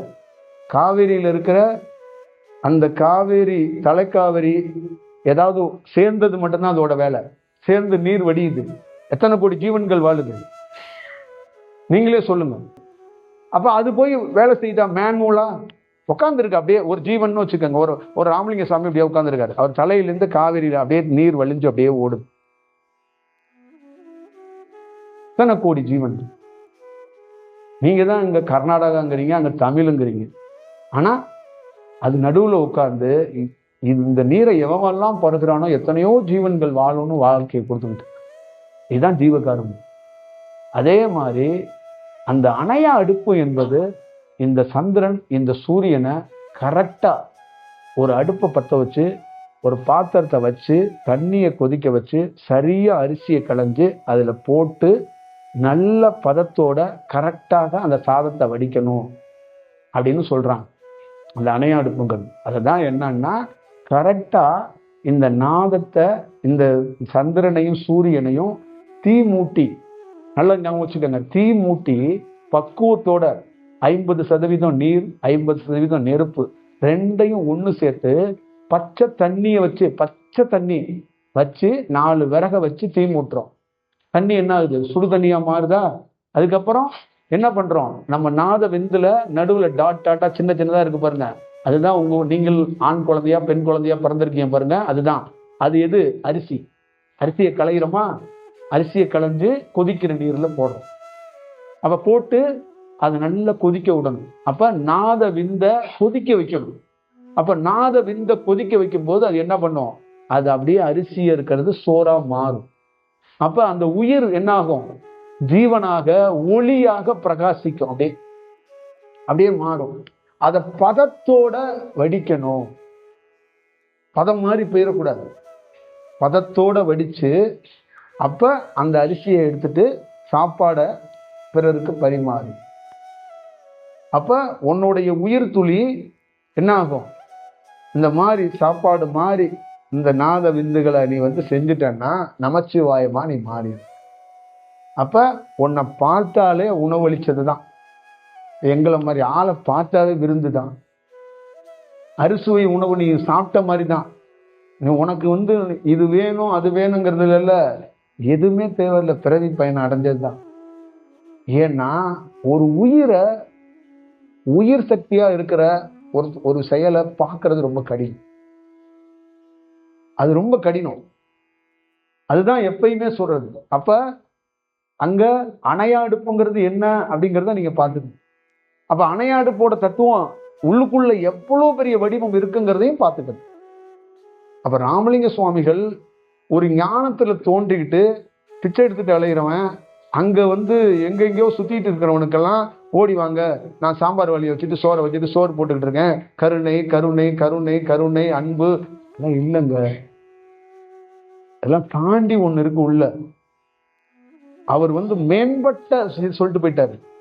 அப்ப வெளிமுகமாக என் இடத்துல தர்மசாலையில வடலூர்ல உணவு அருந்தி கொண்டே இருந்தனா ஒரு நாள் இந்த உணவுனாலேயே உனக்கு ஞானம் கிட்டுன்ட்டாங்க. இப்ப இந்த உணவு அருந்திக்கிட்டே தினந்தோறும் வடலூர்ல ஒருத்தன் உட்காந்துக்கிட்டே இருக்கிறான்னு அவனுக்குள்ள என்ன மாறும் அப்படின்னா, அவன் இடுப்புல ஒரு மாற்றம் ஏற்படுங்கிறாங்க. அப்ப ஒரு நாள் அவனுக்குள்ளேயே இந்த ஜீவன்னா என்ன, உணவுனா என்ன, அணையாடுப்புனா என்னங்கிறத தெரிஞ்சுக்குவான். அப்ப இதுல மறைப்பொருளாக 2 வடிவத்தை வச்சிருக்கிறேன், உள்முகத்தையும் வச்சிருக்கிறேன், வெளிமுகத்தையும் வச்சிருக்கிறேன். அப்ப வெளிமுகமாக உணவு, உள்முகமாக நாதவிந்து, உள்முகமாக நமச்சிவாயமாக சிவனா சுத்த சிவம் அப்படின்னு சொல்றாருல்ல, அந்த சுத்த சிவன் தான் அங்க இருக்கிற உணவு. நீங்க உணவை கையில் எடுக்கிறல்ல, அதான் சுத்த சிவம். அதான் தூய்மையான அந்த வெள்ளையில இருக்கிறதுக்கு அந்த தூய்மையாக அந்த சிவன் அந்த நாத விந்துல பார்த்தீங்கன்னா அந்த டாட்டா இருக்கிறது அப்படியே லைட்டா பிரகாசமா நட்சத்திரம் மாதிரி எரிய ஆரம்பிச்சு, நட்சத்திரமா மாறி. இதுதான் உடைய முக்கியமான வடிவம். இப்ப இந்த நெற்றியும் இந்த பெடரியும் சேர்ந்துட்டா அங்க அருள் பெரு ஜோதி, அந்த தீபம் எரியும். இது ரெண்டும் சேரணும்னா 6 சக்கரம்னு சொல்லக்கூடிய 6 வடிவத்தில் இருக்கக்கூடிய இந்த முருகப்பெருமானுடைய வடிவத்தை, இந்த 6 படையை தாண்டி 7வது திரையை விளக்கும் போது இந்த இரண்டும் ஒன்றாக சங்கமிக்கும், சேரும் போது இங்கு தீபம் ஏற்றப்படும். இங்கு தீபம் ஏற்றப்படும் போது அவர்களை என்ன பண்ணுவாங்க, யார் தடுத்தாலும் சரி அவங்கள வணங்குவாங்க. யார் பேச்சையும் கேட்க மாட்டாங்க. யார் சொன்னாலும் அவங்களுடைய தத்துவம் கோட்பாடு, என்னை வணங்காதே, என்னை பூஜிக்காதே அப்படின்னு இருந்தா கூட இந்த தீபம் நெற்றியில எவனுக்கு தெரிகிறதோ அவனை வணங்குவார்கள், அவரை வழிபடுவார்கள், அவரை கடவுளாக பார்ப்பார்கள். அப்படிதான் காவிரி தலகாவிரியில ஒரு கும்பல் சப்பாத்தியையும் இந்த இந்த புல்காவையும் தூக்கிக்கிட்டு சுற்றுலா பயணியா இந்திக்காரங்க சுத்திட்டு இருக்காங்க. நம்ம ஊருக்காரங்க 2-3 செயல்கள்லாம் தூக்கிக்கிட்டு வந்திருக்காங்க. அங்க ஒரு விஷயம் எல்லாம் கடந்து, எல்லா சுற்றுலா தலமும் கடந்து அங்க போய் என்ன பண்றாங்க, அந்த தலைக்காவிரியில வணங்குறாங்க, தன்னை அறியாமே வணங்குறாங்க. அங்க ஏன்னா அந்த மாதிரி வெளிப்பட்டா, ஜீவன் வெளிப்பட்டா அது வணங்கியே தீர வேண்டும். நீ உன்னை அறியாமே நீ வணங்கிடுவ, உன்னை அறியாமே சரணாகதி தத்துவம் அங்க வந்துருங்கிறாங்க. அப்ப ராமலிங்க சுவாமிகள் மாதிரி ஒருத்தரை போய் வணங்கு அப்படின்னு யாரும் சொல்ல வேண்டியதில்லை. பார்த்தாவே வணங்கி பிடிங்க. அந்த படத்தை பார்த்தாவே உங்களுக்குள்ள ஏதோ ஒண்ணு பண்ணிக்கும். ஏன்னா அது படம் இல்லை, அது உயிர், அது ஜீவன், அதுதான் அதுக்குள்ள இருக்கிற விஷயம். அப்ப இந்த மாதிரி எல்லாம் ரொம்ப ஒரு மின்சாரத்துல அப்படியே ஒரு கம்பி, அந்த கம்பி நம்ம உடல், அந்த கம்பிக்குள்ள இருக்கிற கரண்ட் நம்ம உயிர். தத்துவமா கிளியரா, கிறிஸ்டல் கிளியரா, ரொம்ப கிளியரா, ரொம்ப கிளாரிட்டியா, ரொம்ப நிதானமா வாழைப்பழத்தை சாப்பிட்டுட்டு சுகத்தை அனுபவிச்சுட்டு தோலை குப்பையில போடணும். தோலை தலையில போட்டுக்க கூடாது, தோலை கீழையும் போடக்கூடாது. கீழே போட்டா வலிக்கிட்டு விழுந்துரும். அதே மாதிரிதான் தியானம், இறைவன், கடவுள், சித்தாந்தம், கொள்கையெல்லாம் பழைய புராண கதைகளை வெத்தலை, பாக்கு, சுண்ணாம்பு இதெல்லாம் வச்சு வாய்க்குள்ள அரைக்கிற மாதிரி கதை சொல்லக்கூடாது. இந்த கதை சொல்ற பாத்தீங்களா எனக்கு பிடிக்காது. நேரடியா பட்டினத்தான் மாதிரி தான் காதறிந்த ஊசி என்ன, அந்த மாதிரி கிறிஸ்டல் கிளியரா இருக்கணும், கிளியரா இருக்கணும். பாத விஷம் இன்னைக்கு இல்லை, நாளைக்கு இல்லை, நாளைக்கு மறுநாள் இல்லை, ஒரு நாள் சென்றடைய வேண்டிய பாதைக்கு நீ சென்றடையணும். இதான் நோக்கமா இருக்கணும். நீயும் சாவக்கூடாது, உன்னை நம்பி வரவனும் சாவக்கூடாது. சும்மா ஒரு மடம், ஒரு சங்கம்னு வச்சுக்கிட்டு போதனைகளை சாம்பிராணி எல்லாம் போட்டுக்கிட்டு இருக்க கூடாது. கிளியர் இருக்கணும். ராமலிங்க சுவாமிங்கிறவர் யாருன்னா வெளிச்சம். பாதை வெளிச்சம் இருக்கிற இடத்துல பாதை இருக்கும். அந்த பாதையில போனா வெளிச்சம் கிடைக்கும். அந்த வெளிச்சம் பல வெளிச்சத்தை உருவாக்கும். ஒரு நாள் நீயே வெளிச்சமா மாறும். அவ்வளவுதான் இதுக்குள்ள இருக்க விஷயம். அப்ப அவருடைய நோக்கம் மரணம் இல்லாத பெருவாழ்வு பெற்ற என் போன்ற ஒருத்தனை பரப்ப முடியாது உன்னால. முதல்ல அதை புரிஞ்சுக்க. என்னுடைய வடிவம் உன்னை மேம்படுத்துவது, உன் உடலை, உன் உயிரை. இப்ப நீ மேம்பட்டா உன் மனைவி, உன் குழந்தை மேம்படுவான், நகரம் மேம்படும். இவ்வளவுதான் விஷயம். அப்ப நீ முதல்ல உன்னை மேம்படுத்திக்க. இப்ப எங்களுடைய செயல் ஒரு வெளிச்சம் இன்னொரு வெளிச்சத்தை உருவாகும். ஒரு நட்சத்திரம் தான் லட்சக்கணக்கான நட்சத்திரங்களை உருவாக்கிருக்கு. ஒரு சூரியன் தான் இந்த உலகத்துக்கு வெளிச்சத்தை தருது. ஒரு சந்திரன் தான் இந்த உலகத்துக்கு வெளிச்சம் தருது. 1000 சந்திரன்கள், 1000 சூரியன்கள் உள்முகமாக இருக்கலாம், வெளிமுகமாக தெரிகிறது ஒண்ணுதான். அதுதான் இந்த உலகத்துக்கு வெளிச்சம் தருது. அப்ப நீங்க செய்ய போற சேவை, நீங்க பண்ற பணிகள், அது எல்லாமே நீங்க மேன்மை அடையணும். முதல்ல கோட்பாடுகளை தெரிஞ்சுக்கணும். ஒரு சங்கத்துல 6 பேர் இருக்கீங்க, 10 பேர் இருக்கீங்க, பணி செய்றீங்கன்னா முதல் அடிப்படை தகுதி என்னன்னா நீங்க மேன்மை அடையணும். நீங்க முதல்ல 10 பேர் கமிட்டியில இருக்கிறவங்க மேன்மை அடைந்தாதான் உங்களை நம்பி இருக்கிற 400 பேர் மேன்மை அடைவான். இல்லைன்னா நீங்க 10 பேருமே அப்படி இப்படி இருந்தீங்கன்னா அந்த 400 பேரும் அப்படி இப்படி போயிடுவான். அரசியல் மாதிரி ஆயிடும். புரிஞ்சுங்களா? என்ன வேணாலும் நடக்கட்டா, தேர்தல் டயத்தில் கரெக்ட் பண்ணிக்கலாம் அப்படின்னு மாவட்ட செயலாளர் ஐடியா கொடுப்பாரு. அந்த கதையை ஆயிடக்கூடாது. அப்படி இப்படிலாம் போகக்கூடாது. ஒரு ஞானி அப்படி இப்படிலாம் போக மாட்டாங்க. டவுட்டே இருக்காது. டவுட் இல்லாத கிளியரா, அதான் ஞானங்கிறது. ஞானத்துல டவுட்டோ இந்த மாதிரி பயமோ இந்த நம்பிக்கை அடிப்படையிலலாம் வேலை செய்ய மாட்டாங்க. ராமலிங்க சுவாமியெல்லாம் ஏதாவது ஒரு கோட்பாட்டுல எங்கேயாவது தொங்கி நிக்குதா பாருங்க, கிறிஸ்டல் கிளியரா இருக்கும். அந்த பாதை, அந்த வேவ் வந்து கிளியரா இருக்கும். கதவுனா கதவு, பின்பக்கம் எது, முன்பக்கம் எது, என்ன வடிவம், என்ன செயல், என்ன திட்டம், என்ன வரையறை, எல்லாமே கிளியரா இருக்கும். அதை வழிபடுற அந்த பாதையில போற நமக்குள்ளதான் நம்ம அதை வெவ்வேறு மாதிரி பாத்திரத்தை தொலைக்கிக்கிட்டே இருக்கோம். சில பேர் புளி போட்டு விளக்கி, இந்த பாருங்க சுத்தமா ராமலிங்க சுவாமிகளை பத்தி 6 திருமுறை பத்தி யாருக்கும் தெரியாது, நான் விளக்குறேன் பாருங்கன்னு விளக்கி சேலத்துல இருந்து ஒருத்தர் பாத்திரத்தை காட்டுறாங்க. அப்புறம் இன்னொரு பக்கம் கன்னியாகுமரியில இருந்து ஒரு பாத்திரத்தை வேற மாதிரி விளக்கி இதை காட்டுறாங்க. ராமலிங்க சுவாமி சொல்றாரு, உன்னுடைய பேச்சு திறமையில நீ விளக்கி விளக்கி பாத்திரத்தெல்லாம் காட்ட வேண்டாம், நீ மேன்மை அடை. நீ முதல்ல நல்லா உணர்ந்து ஒரு செயல் செஞ்சுட்டு பிறரையும் அந்த வழியில கொண்டு வா, நன்மை செய்யுங்க. அப்ப என் போன்ற ஆள் தோன்றியதற்கு முக்கியமான காரணம் உன் ஜீவனையும் உன் உடலையும் பலப்படுத்ததான். நீ 60 ஆண்டு வாழ்ற, 30 ஆண்டு வாழ்ற, 40 ஆண்டு வாழ்றங்கெல்லாம் விட்டுரு. நீ பலமா ஒரு நல்ல வடிவமா இருக்கிறியா, அவ்வளவுதான் விஷயம். என்னை தொட்டா, என் பேரை சொன்னா, என் வழியில வந்தா நீ பலமா இருக்கணும், நீ ஒரு நல்ல செயலா இருக்கணுங்கிறது தான் அதோடைய நோக்கம். அப்ப அதனால இங்க வந்திருக்க அத்தனை பேருக்குள்ளேயும் நாம கடவுள் தத்துவம் கொள்கைகள்லாம் தாண்டி உங்க ஜீவன் பலப்படணும். முதல் உங்க உயிர் மேன்மை அடையணும், உங்க உடல் மேன்மை அடையணும். இது ரெண்டும் மேன்மை அடைந்தா நீங்க வாழ்வீங்க, உங்களை சார்ந்தவர்களும் வாழ்வார்கள். உங்களால பிறருக்கு துன்பமும் இருக்காது, பிறருக்கு இன்பமும் இருக்காது. நியூட்ரலா இருந்துட்டாவே அதுவே சக்சஸ், அதுவே சால சிறந்தது. இது ரெண்டும் மேன்மை அடையாம நீங்க அறகுறையா இருந்துக்கிட்டு ஒரு வேலையை செஞ்சு பிறரையும் அறகுறையா மாட்டாது. அப்ப முதல்ல தெளிவடைங்க. தாகத்துக்கு தண்ணி அருந்தி ஒரு 5 நிமிஷம் உட்கார்ந்துருங்க நிதானமா. பசிக்கு உணவு அருந்திட்டு அந்த நிதானமா ஒரு 10 நிமிஷம் உட்காருங்க. அதே மாதிரிதான் தியானங்கிறதெல்லாம் இழப்பாடுற, அமைதியா அப்படியே கொஞ்ச நாள் இழப்பாறணும். ஒரு மரம் இருக்குன்னா புத்தர் போய் மரத்துல உட்காந்து தியானம் பண்ணல, இழப்பாருனார். இழப்பாருன்னா எல்லா காட்சி கனவு எல்லாம் இருக்குல்ல, இந்த பஞ்சபூதங்கள்ல இருக்கும்ல, அப்ப நீர் நிலை எல்லாமே என்னன்னா பருவ மாற்றம் நடந்துகிட்டே இருக்கும். அந்த பருவ மாற்றத்துல ஒருத்தர் உடலை வச்சுக்கிட்டு அப்படியே இளப்பாரி அப்படியே உட்கார்ந்துருக்கிறார். ஒரு நாள் அந்த இளப்பாரி முடிச்ச உடனே அவருக்கு சமன் பெற்றோன்னா அவர் எழுந்த சொல்றான், எழுந்து நகரத்துக்குள்ள போயிட்டு வாங்கங்கிறான். சமன் பெற்றுட்டார். அதே மாதிரி உங்களுக்குள்ள சமன் பெறாம பெரிய பணிகளை செய்யாது, நிதானமா பண்ணுங்க. வேக வேகமா மாந்திரிகம், மந்திரம், தந்திரம், எந்திரம், தகுடு, மாலை, பூஜை, புனஸ்காரம், இதெல்லாம் சின்ன சின்ன சுகத்தை வேணா நீங்க அனுபவிச்சுக்கலாம். இட்லிக்கு பல வடிவத்துல சட்னிகள் வைக்கலாம்ல, அந்த மாதிரி தான் இதெல்லாம். ஆனா இதெல்லாம் நிரந்தரமும் கிடையாது, நிஜமும் கிடையாது. அப்ப நிஜத்தையும் நிரந்தரத்தையும் நீங்க உருவாக்கினா உங்க தேகம் உங்க கழுத்துல போட்டிருக்க தங்க மாதிரி, உங்க காதுலயே மூக்குலயே போட்டிருக்க அது மாதிரி ஜொலிக்கணும். புரியுதுங்களா? பழைய பாத்திரம் மாதிரி உங்க உடலை வச்சுக்கிட்டு டாக்டரையே நம்பி வாழ்ந்து செத்து போகுது. புரியுதுங்களா? உங்க தேகம்தான் உங்களுடைய முகவரி.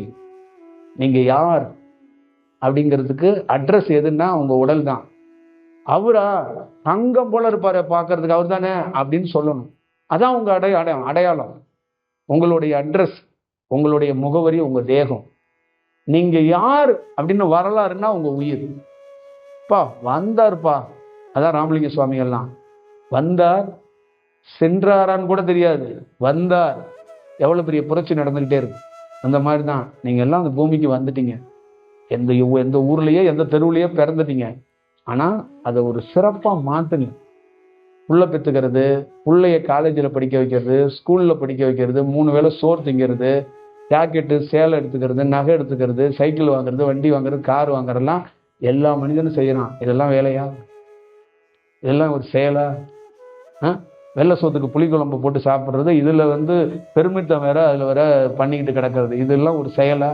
இதுக்காக தான் நம்ம தாயும் தகப்பனும் கஷ்டப்பட்டு நம்மளை பெற்று 10 மாசம் வயிற்றுக்குள்ள இருந்து ஒரு வேலையை பண்ணானா?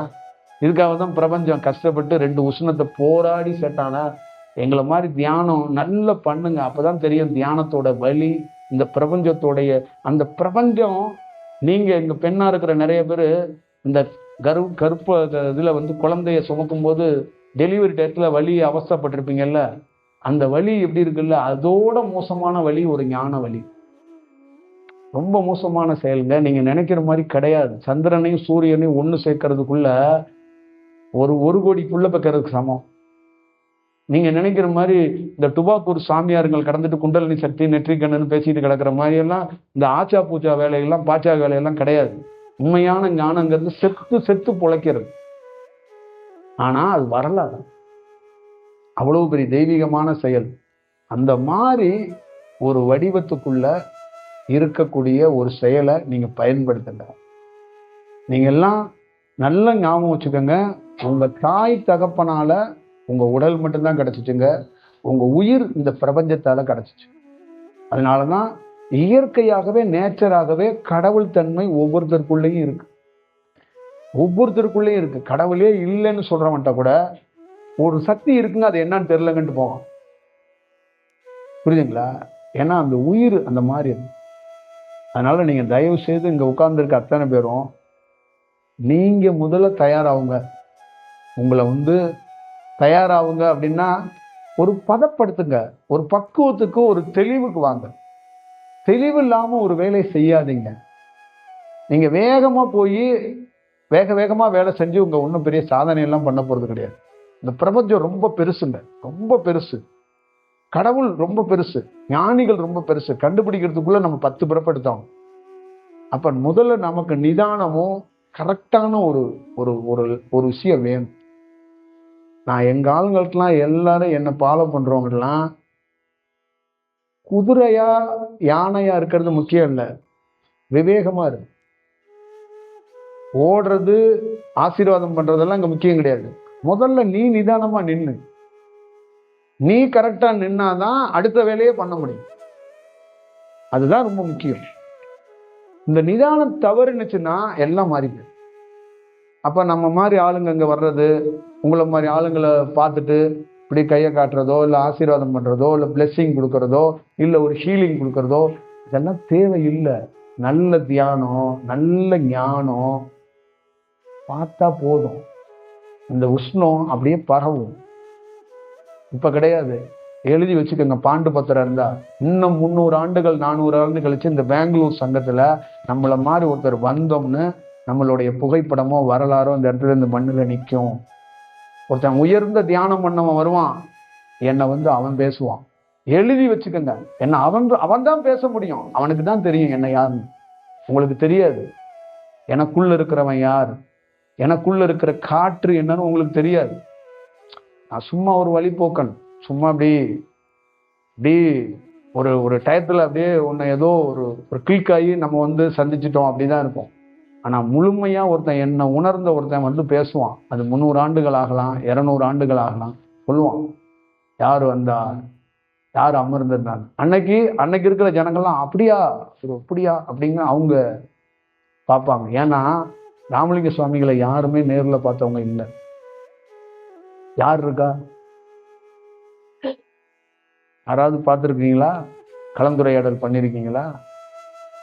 அப்ப அதுக்கு என்ன பொருள் அப்படின்னா, ரொம்ப பெரிய ஆளுங்க அவங்கெல்லாம் போய் சும்மா சாதாரணமா பார்த்துட முடியாது, உணர முடியாது. ஒரு ஏதோ பார்க்காதப்பயே 6 திருமுறை படிச்சப்பே நம்ம இவ்வளவு வேலை செய்யறோமே, பார்த்தா என்ன ஆவீங்க? இந்த தெருவையே பெங்களூர் மடமா மாத்திடுவீங்க. இந்த பெங்களூரே மடமா மாத்தி விடுவீங்க.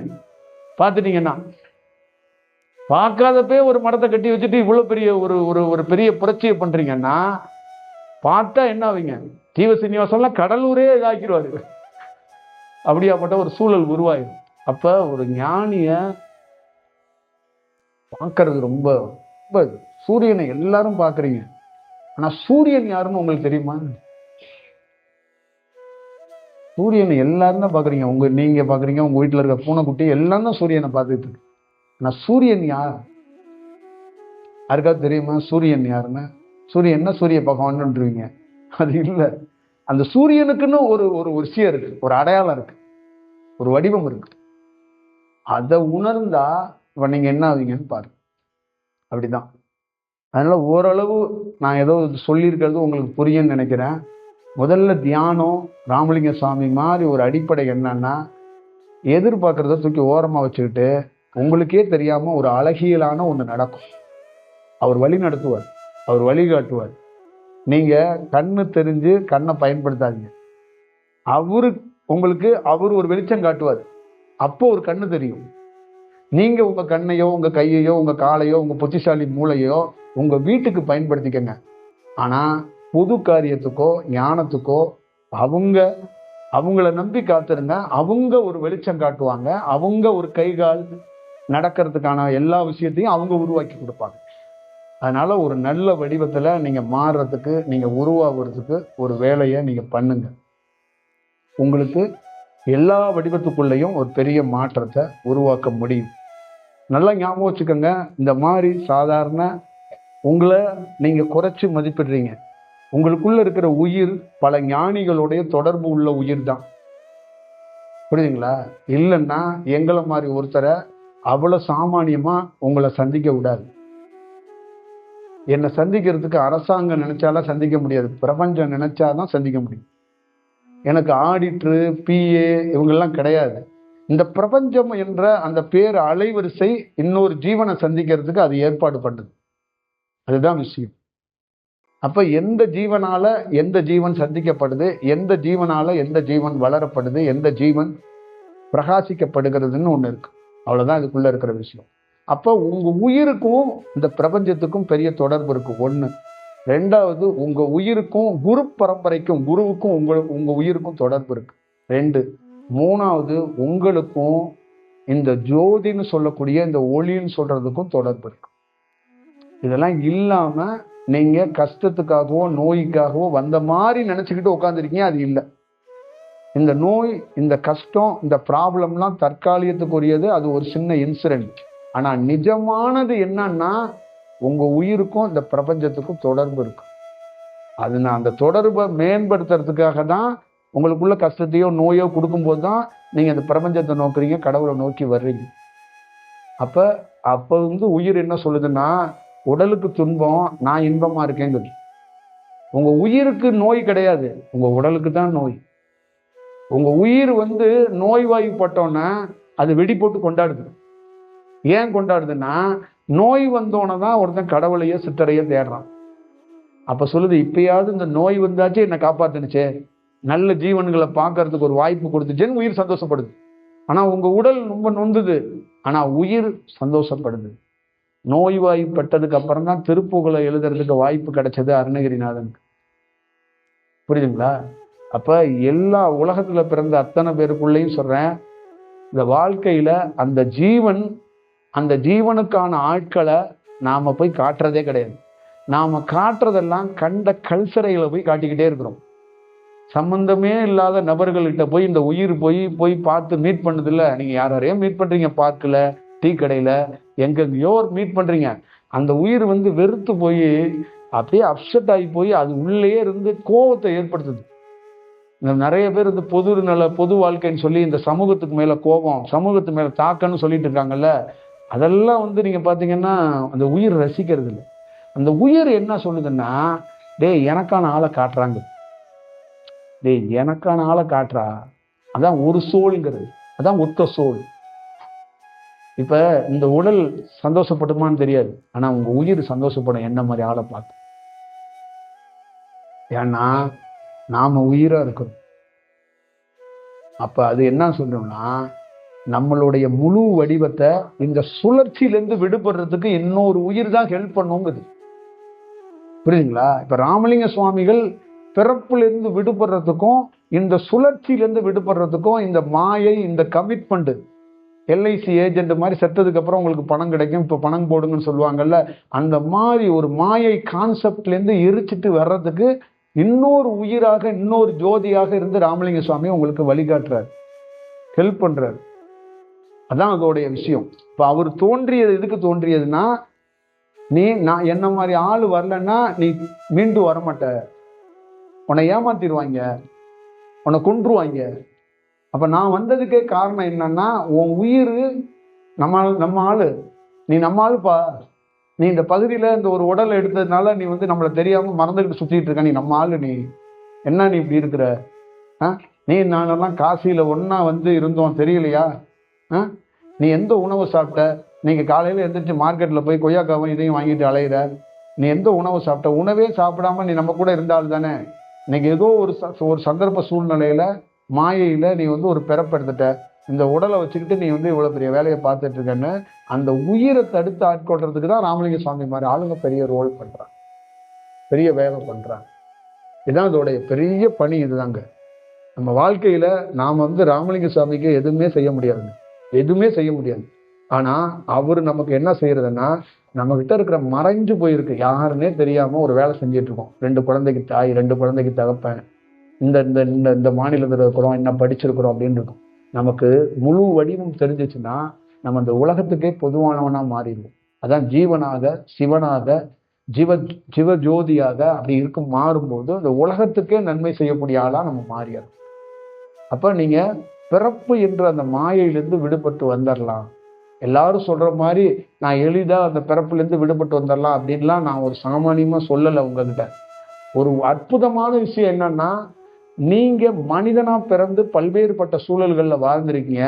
அந்த இறை தத்துவத்தை, இறை வடிவத்தை படிக்கிறது மட்டும் இல்லாம நீங்களா இறையா மாறத உங்களால பார்க்க முடியும், உங்களால உணர முடியும். அப்போ உங்க ஜீவன், உங்க உயிர் பலப்பட்டுச்சுன்னா நீங்க மேன்மை அடைகிறத பார்க்க முடியும். நீங்க உங்கள்கிட்ட இருக்கிற நிறைய நல்ல குணங்களை பார்க்க முடியும்.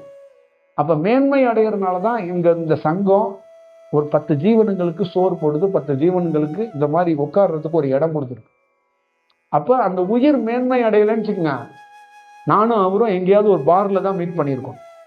நானும் இந்த தலைவரும் உயிர் மேன்மை, அந்த உயிர் மேன்மை அடையல, இந்த உயிர் மேன்மை அடையலன்னா, இந்த ஊர்ல நிறைய பாருங்க இருக்குல்ல, அந்த பார்ல தான் உட்காந்து 2 பேரும் பேசிக்கிட்டு இருந்திருப்போம். அப்ப உயிர் மேன்மை அடைந்தோன்னா எங்க உட்காந்து பேசுறோம்? அந்த உயிர் இன்னும் பிரகாசமா மேன்மை அடைகிற ஒரு இடத்துல உட்காந்து பேசும். இப்ப இந்த இடத்துல இங்க இருக்கிற சங்கத்துல உள்ளவங்களுக்கு என்ன, இந்த சங்கத்தோட நோக்கம் என்னன்னா, உயிர் மேன்மை அடைகிறதுக்கான சங்கம் தான் இந்த சங்கம். இங்க வந்தா உன் உயிர் மேன்மை அடையும். அப்ப உன்னை சந்திக்கும் போது என் உயிர் மேன்மை அடையுது, உன் உயிர் மேன்மை அடையும். இதுதான் இதுக்குள்ள இருக்கிற அந்த ஒரு நல்ல வடிவத்தை ஒரு உணர்ந்து கொள்ளும். இதை உணராதனாலதான் நிறைய பேரு, நிறைய 17 வயசுலேருந்து 27 வயசு பசங்க இந்த காபி ஷாப்ல உட்காந்துட்டு காதலுங்கிற பேர்ல செருப்பை நோண்டிக்கிட்டு ஏதோ கட்டவரல் நோண்டிக்கிட்டு பார்க்குறேன், நானும் பார்க்குறேன், 8 மணி நேரமா பேசிக்கிட்டே இருக்கிறாங்க. என்னதான் பேசுறாங்கன்னு தெரியல. பேசுனவங்க சரி ரைட்டு ஓகே பேசிட்டாங்க, எல்லாம் ஓகே தான். 8 வருஷம் கழிச்சு பார்த்தா கோர்ட்டு வாசல்ல நின்று பேசிக்கிட்டே இருக்கிறாங்க. என்னடான்னு கேட்டேன், அந்த 8 மணி நேரத்தோட தீர்வு அங்கதான் நிற்கிறாங்கிறாங்க அப்படிங்கிறாங்க. இவங்கள பெற்றவங்க என்னன்னா மரத்தை சுரண்டிக்கிட்டு அவங்க 2 பேரும் பேசிக்கிட்டு இருக்காங்க. இதெல்லாம் லைஃபோடைய விஷயம் என்னன்னா, நம்ம ஆளுங்கெல்லாம் என்ன நினைக்கிறாங்கன்னா, அந்த இளமை காலகட்டத்தை இளமையை தொலைக்கிறேன், உடலை போட்டு தேய்க்கிறேன், உடலை போட்டு நசுக்கிறேன், உடலை போட்டு தக்காளி பழம் மாதிரி ரசத்துக்கு புளிகிற மாதிரி புளிஞ்சதுக்கு அப்புறம் 45 வயசு 50 வயசுல நொந்து நூலானதுக்கு அப்புறம் அப்படியே வர்றாங்க, ஆம நவுந்து வர்ற மாதிரி வர்றாங்க.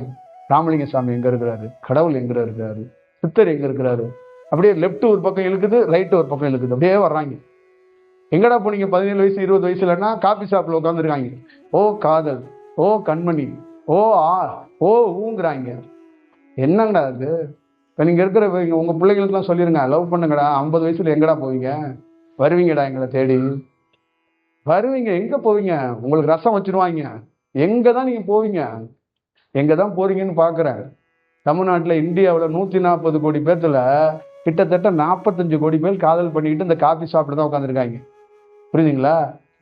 அப்ப வாழ்க்கையோட தத்துவம் என்னன்னு தெரியாம இந்த இளமை காலகட்டத்துல ஆடுறது, இளமை காலகட்டத்தை வாழ்க்கையை தொலைக்கிறது, வாழ்க்கை அப்படியே பயங்கரமா பேசுவாங்க. அந்த 18 வயசுல இருந்து 25 வயசுல ஒரு ஆணோ பெண்ணோ பார்த்தா இந்த பிரிச்சுவல் என்ன கடவுள் போதனை நாட்டு எனக்கு வரணும், எனக்கு தோணணும் அப்படிங்கிறாங்க. என்னமோ இந்த குணா படத்துல கமல் சொல்றமா எனக்கு தோணணும். என்னடா தோணணும் உனக்கு?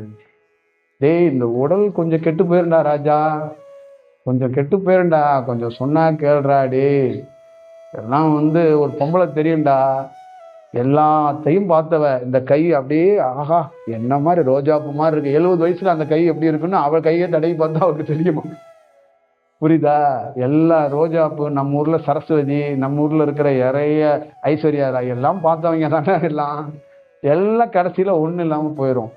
எல்லாம் என்ன ஆயிரும், கடைசியில ஒண்ணு இருக்காது. ஒரு பாட்டியம்மா சொல்லுவாங்க, இளமையில நான் எப்படி தெரியுமா இருந்தேன், அப்படின்பா. அப்ப இளமையில நீ எப்படி இருக்கணும்னா, இளமையாகவே இருக்கிறதுக்கான ஒரு வாய்ப்பை உருவாக்கணும்னா இந்த நேச்சரோட இருக்கணும். அப்ப நீ இளமையிலேயே நேச்சரோட கனெக்ட் ஆனா நீ என்றும் இளமையா இருப்ப. நீ அதெல்லாம் விட்டுட்டு வேற மாதிரி போனா சரியா இருக்க. இங்க இருக்கிற 50 வயசுல 45 வயசுல பிரிச்சுவல் இறைவனை தேடுறது, ஞானிகளை தேடுறதுங்கிறலாம் சும்மாலாம் தேடல. அவங்க வாழ்க்கையில நொந்துட்டாங்க. புரியுதுங்களா?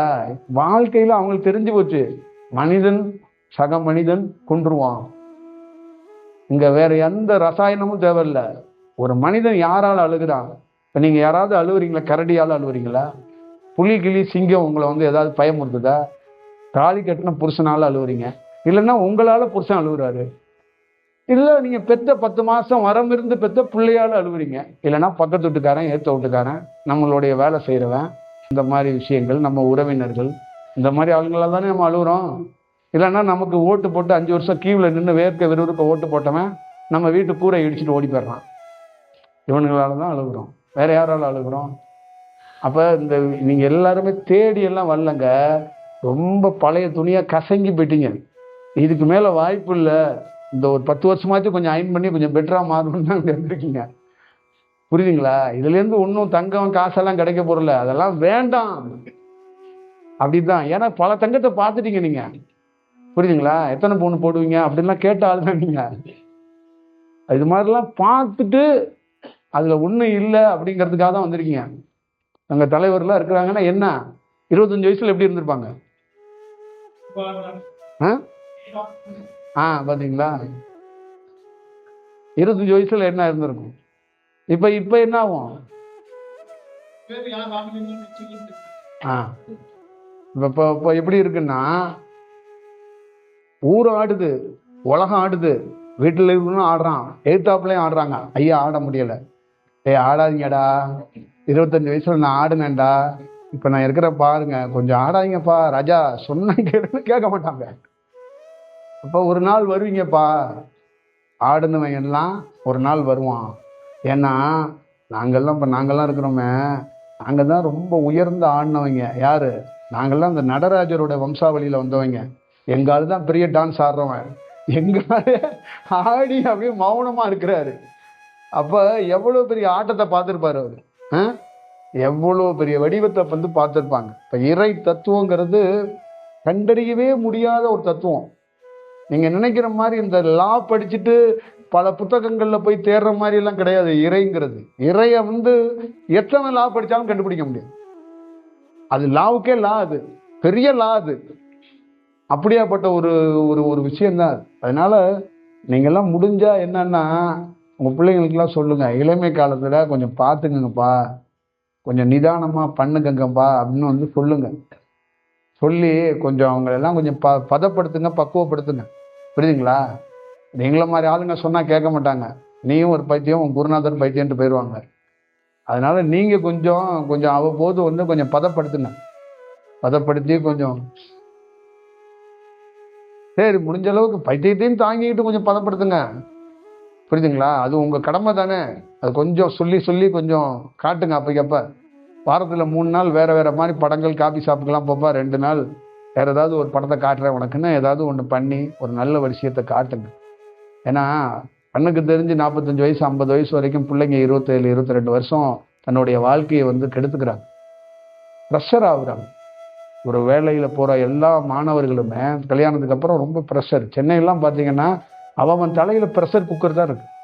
பொம்பளையும் வேலைக்கு போறான், ஆம்பளையும் வேலைக்கு போறான். கேட்ட ஒரே டைலாக் தான் சொல்றாங்க, 2 பேரும் வேலைக்கு போறோம்னா இங்க இருக்க முடியாதுங்கிறாங்க. இங்க இருந்து என்ன பண்ண போறீங்கிறேன். சென்னைக்கு எதுவும் பெருமை சேர்க்க போறீங்களா? இல்ல தமிழ்நாட்டுக்கு எதுவும் பெருமையா? இல்ல மனித குலத்துக்கு எதுவும் பெருமையா? என்ன? ஒண்ணுமே கிடையாது. கடைசி சாக தான் போறீங்க. அதுல என்ன பெரிய ஒருத்தன் சும்மா வடலூர்ல ஒருத்தன் சும்மா மரத்தடியில படுத்திருக்கவனும் இங்க வாழ்ந்துக்கிட்டு தாங்க இருக்கிறான். புரியுதுங்களா? நான் சென்னையில 21 வருஷம் வாழ்ந்திருக்கிறேன். நான் ஒன்றும் குக்கர்லாம் தலையில தூக்கிட்டு வச்சு போல. புரியுதுங்களா? நிறைய பேருடைய வாழ்க்கை அப்படிதான் இருக்கு. அப்படி ஒன்றும் வருத்த வேண்டிய அவசியம் என்ன இருக்குங்கிற, அவ்வளவு பெரிய ப்ரெஷரை ஏற்படுத்திக்க வேண்டிய விஷயம் என்ன இருக்குங்கிற. காரணம் என்னன்னு கேட்டா, ரொம்ப உயரத்துல இருந்து வியூ தெரியுற மாதிரி ஒரு அபார்ட்மெண்ட்ல வீடு வாங்கிட்டாங்களாம். அதுக்கு டிவி கட்டுறதுக்காக ஓடிக்கிட்டு இருக்காங்க. என்னன்னு கேட்டால் அது வீவு தெரியுங்கிறான். உன் வீவே என்னன்னு தெரியாது. அந்த வீவை பார்த்து என்ன பண்ணுறது? அப்புறம் வண்டி, அப்புறம் காரு, அப்புறம் கமிட்மெண்ட்டு.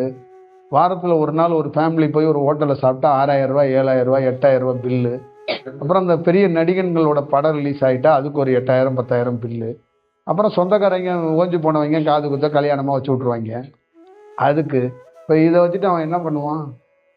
இது மாதிரி வாழக்கூடாதுங்க, புரியுதுங்களா? இதெல்லாம் உடச்சி தூக்கி எறியணும். இதெல்லாம் ஒரு மண்பாண்டம் போன்றது. இந்த கமிட்மெண்ட்டுங்கிற வார்த்தையை தூக்கி எறியணுங்க. எதுக்கு கமிட்மெண்ட்டு? நாமளே ஒரு சுதந்திர பறவை, நமக்கு என்ன கமிட்மெண்ட்டு? கல்யாணங்கிறது கமிட்மெண்ட்லாம் கிடையாதுங்க, ஒரு ஆனந்தங்க. அதை போய் கமிட்மெண்ட்டுன்னு சொல்லிட்டாங்க பாருங்க. நிறைய பேர் சொல்கிறான், ஐயோ கல்யாணம் பண்ணிடக்கூடாதுங்க, அது ஒரு கமிட்மெண்ட்டுங்கிறான். கமிட்மெண்ட் கிடையாதுயா, அது ஆனந்தம். அது பொண்டாட்டி ஆனந்தமாக பார்க்க தெரியாமல் கமிட்மெண்ட் ஆக்கிட்டாங்க இன்னைக்கு. அந்த அம்மாவை கேட்டால் நான் ஏன் பண்ணேங்குது, இவனை கேட்டால் நான் ஏன் பண்ணேங்குது. அப்போ குழந்தையே வந்துருச்சு. குழந்தைங்கெல்லாம் செட்டில் பண்ணால் தான் ஞானத்துக்கே வர முடியும். இப்போ நிறைய பேர் தவிக்கிறாங்க. 45 வயசுல எல்லாம் இருக்கிற பெண்கள் நிறைய பேர் ஒரு அப்படியே கதறாங்க. ஏன்னா கணவரையோ குழந்தையோ விட்டுட்டு ஞானத்துக்கு வர முடியல. ஆனால் ஞானமும் பண்ணணும், வீட்லேயும் அதுக்கு ஒத்துழைப்பு. அப்போ கதறாங்க, ஏன்டா கல்யாணம் பண்ணோம், ஏன்டா வாழ்க்கை அப்படிங்கிறாங்க. அப்போ எல்லாமே கமிட்மெண்ட்டாக மாறிடுச்சு.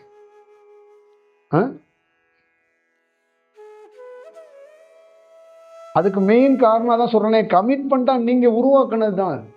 அந்த இயல்பு தன்மையில் நீங்கள் மாறாத பட்சத்தில், அதான் இயல்பு தன்மைக்கு மாறணும் அப்படிங்கிறதான். நீங்கள் இப்பயே பார்த்துக்கோங்களேன், இப்போ இருக்கீங்க, இப்பயும் ஒரு ஞானிகிட்ட உண்மையாக நீங்கள் இருக்க மாட்டீங்க.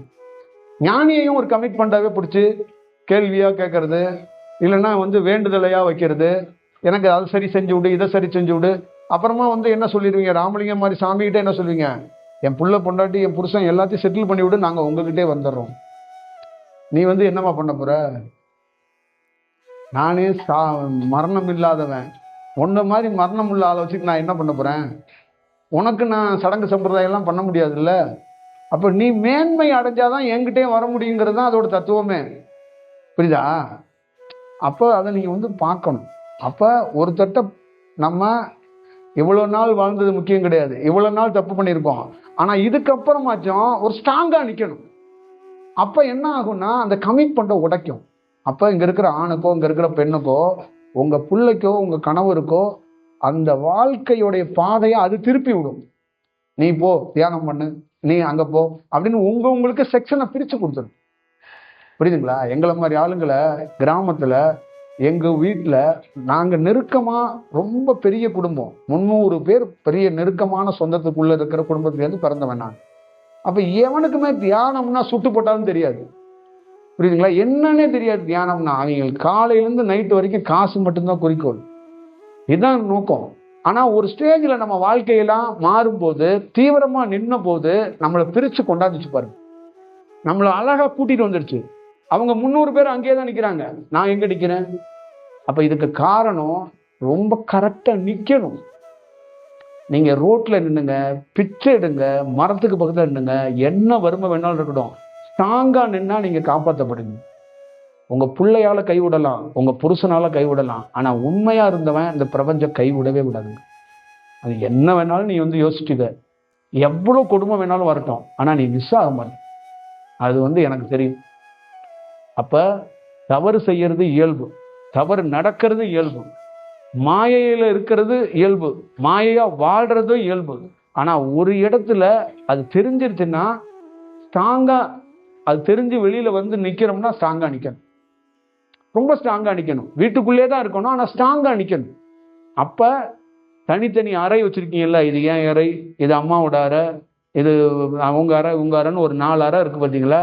அந்த மாதிரி உனக்குன்னு ஒரு அறையை இறைவன் ஒதுக்கி கொடுத்துருவான். அந்த அறைக்குள்ளே எவனையும் அனுமதிக்க மாட்டான், ஒரு ஆணோ ஒரு பெண்ணோ. அதை முதல்ல ஞாபகம் வச்சுக்கணும். அதே மாதிரி ஞானத்துக்கு இறைவனுக்கு வயது கிடையாது. 70 வயசுல கூட ஒரு இறைவனை அடையலாம், தியானத்தில் உயரலாம், வயதெல்லாம் கிடையாது. ஆனால் நீ ஸ்ட்ராங்காக நிற்கணும். தவறு இந்த உலகத்தில் ஞானியாக பிறந்தவங்க கூட மனிதனாக இருக்கும்போது தவறு செஞ்சுட்டு தான் ஞானியாக இருக்கான். தவறு இயல்பு. ஆனால் ஒரு இடத்துல அந்த வாய்ப்பை கொடுக்கும்போது அதை பயன்படுத்தணும், சரிதானே? அதை நீங்கள் கொஞ்சம் பார்த்துக்கிட்டா ரொம்ப நல்லா இருக்கும். அப்போ இந்த வாழ்க்கைக்குள்ள நீங்கள் எல்லாருமே எத்தனையோ குற்றங்கள்ல எத்தனையோ சின்ன சின்ன தவறுகளை உங்களை அறியாமல் செஞ்சிருந்தா கூட இனி வரும் காலத்திலேயாவது ரொம்ப உணர்ந்து வேலை செய்யுங்க. ஒரு ஒரு ஒரு ஒரு ஞானிங்கிறவர் ரொம்ப சுத்தமானவர். அவர்கிட்ட போய் நிற்கும் போது ஒன்னையும் சுத்தப்படுத்திடுவார். அவ்வளவுதான். நீ பெருக்குமாறு தேவையில்ல, தண்ணி தேவையில்ல, பாத்திரம் தேவையில்ல, ஆனா உன்னை சுத்தமா கழுவி விட்டுருவாரு. நீ கழுவி விட்டு சுத்தமா ஒரு கோலம் போட்டு மலரை வச்சு அவரை வணங்குறல்ல, அதே மாதிரி உன் உடலை கழுவி விட்டு உனக்கு கோலம் போட்டு ஒன்னு அந்த ஊரையே வணங்க வச்சுட்டு போயிடுவார். நான்லாம் ரொம்ப சுத்தம் இல்லாதவன். இன்னைக்கு என்ன எத்தனையோ ஜீவன்கள் வணங்குதுன்னா காரணம் பிரபஞ்சம். புரியுதுங்களா? அப்ப நம்மளை அப்படியே வணங்க முடியாது. இப்ப நீங்க இருக்கீங்க, உங்களை அப்படியே வணங்க முடியாது, உங்களை அப்படியே எடுத்துட்டு வர முடியாது. உங்களை சுத்தமா கழுவணும். கழுவி உங்களை வணங்குற பொருளா மாற்றணும். அதான் தியானம், அதான் உயர்ந்த செயல். அப்ப தியானம் மட்டும் உங்களை கழுவிடுமா அப்படின்னா அது தேவையில்லை. நீ நிதானமா இரு. உன் உடல் ஒத்துழைக்கல, நீ தியானம் பண்ணணும்னு அவசியமே கிடையாது. ஒரு உயர்ந்த ஞானியை நினைச்சுக்கிட்டு நிதானமா நீ உட்காந்துரு. உன்னை ஒரு நாள் கழுவு, உன்னை ஒரு நாள் சுத்திகரிக்கும், உன்னை ஒரு நாள் நல்ல வழிபடுத்தும். நீங்க ஒரு உயர்ந்த செயலை பார்க்கலாம். இந்த பிரபஞ்சத்துல கற்பனைக்கு ஆசைக்கு ஒரு ஞானி பேசவும் மாட்டான், ஒரு ஞானியால வழி நடத்துறவனும் பேச மாட்டான். ஏன்னா கற்பனைக்கு இந்த மாதிரி மாயைக்கெல்லாம் அப்பாற்பட்டது தான் பிரபஞ்சம். இதெல்லாம் அந்த மாதிரி ஒரு நாள் கூட ஒரு சொல்லு கூட என் மாதிரி ஆளுங்க வாயிலிருந்து வராது. அதனால அதை நீங்க பார்த்துக்கணும். அதனால நீங்க ஒரு நல்ல வடிவத்தை உருவாக்குறதுக்கு வாய்ப்பை உருவாக்கணும். அவ்வளவுதான் சொல்றேன்.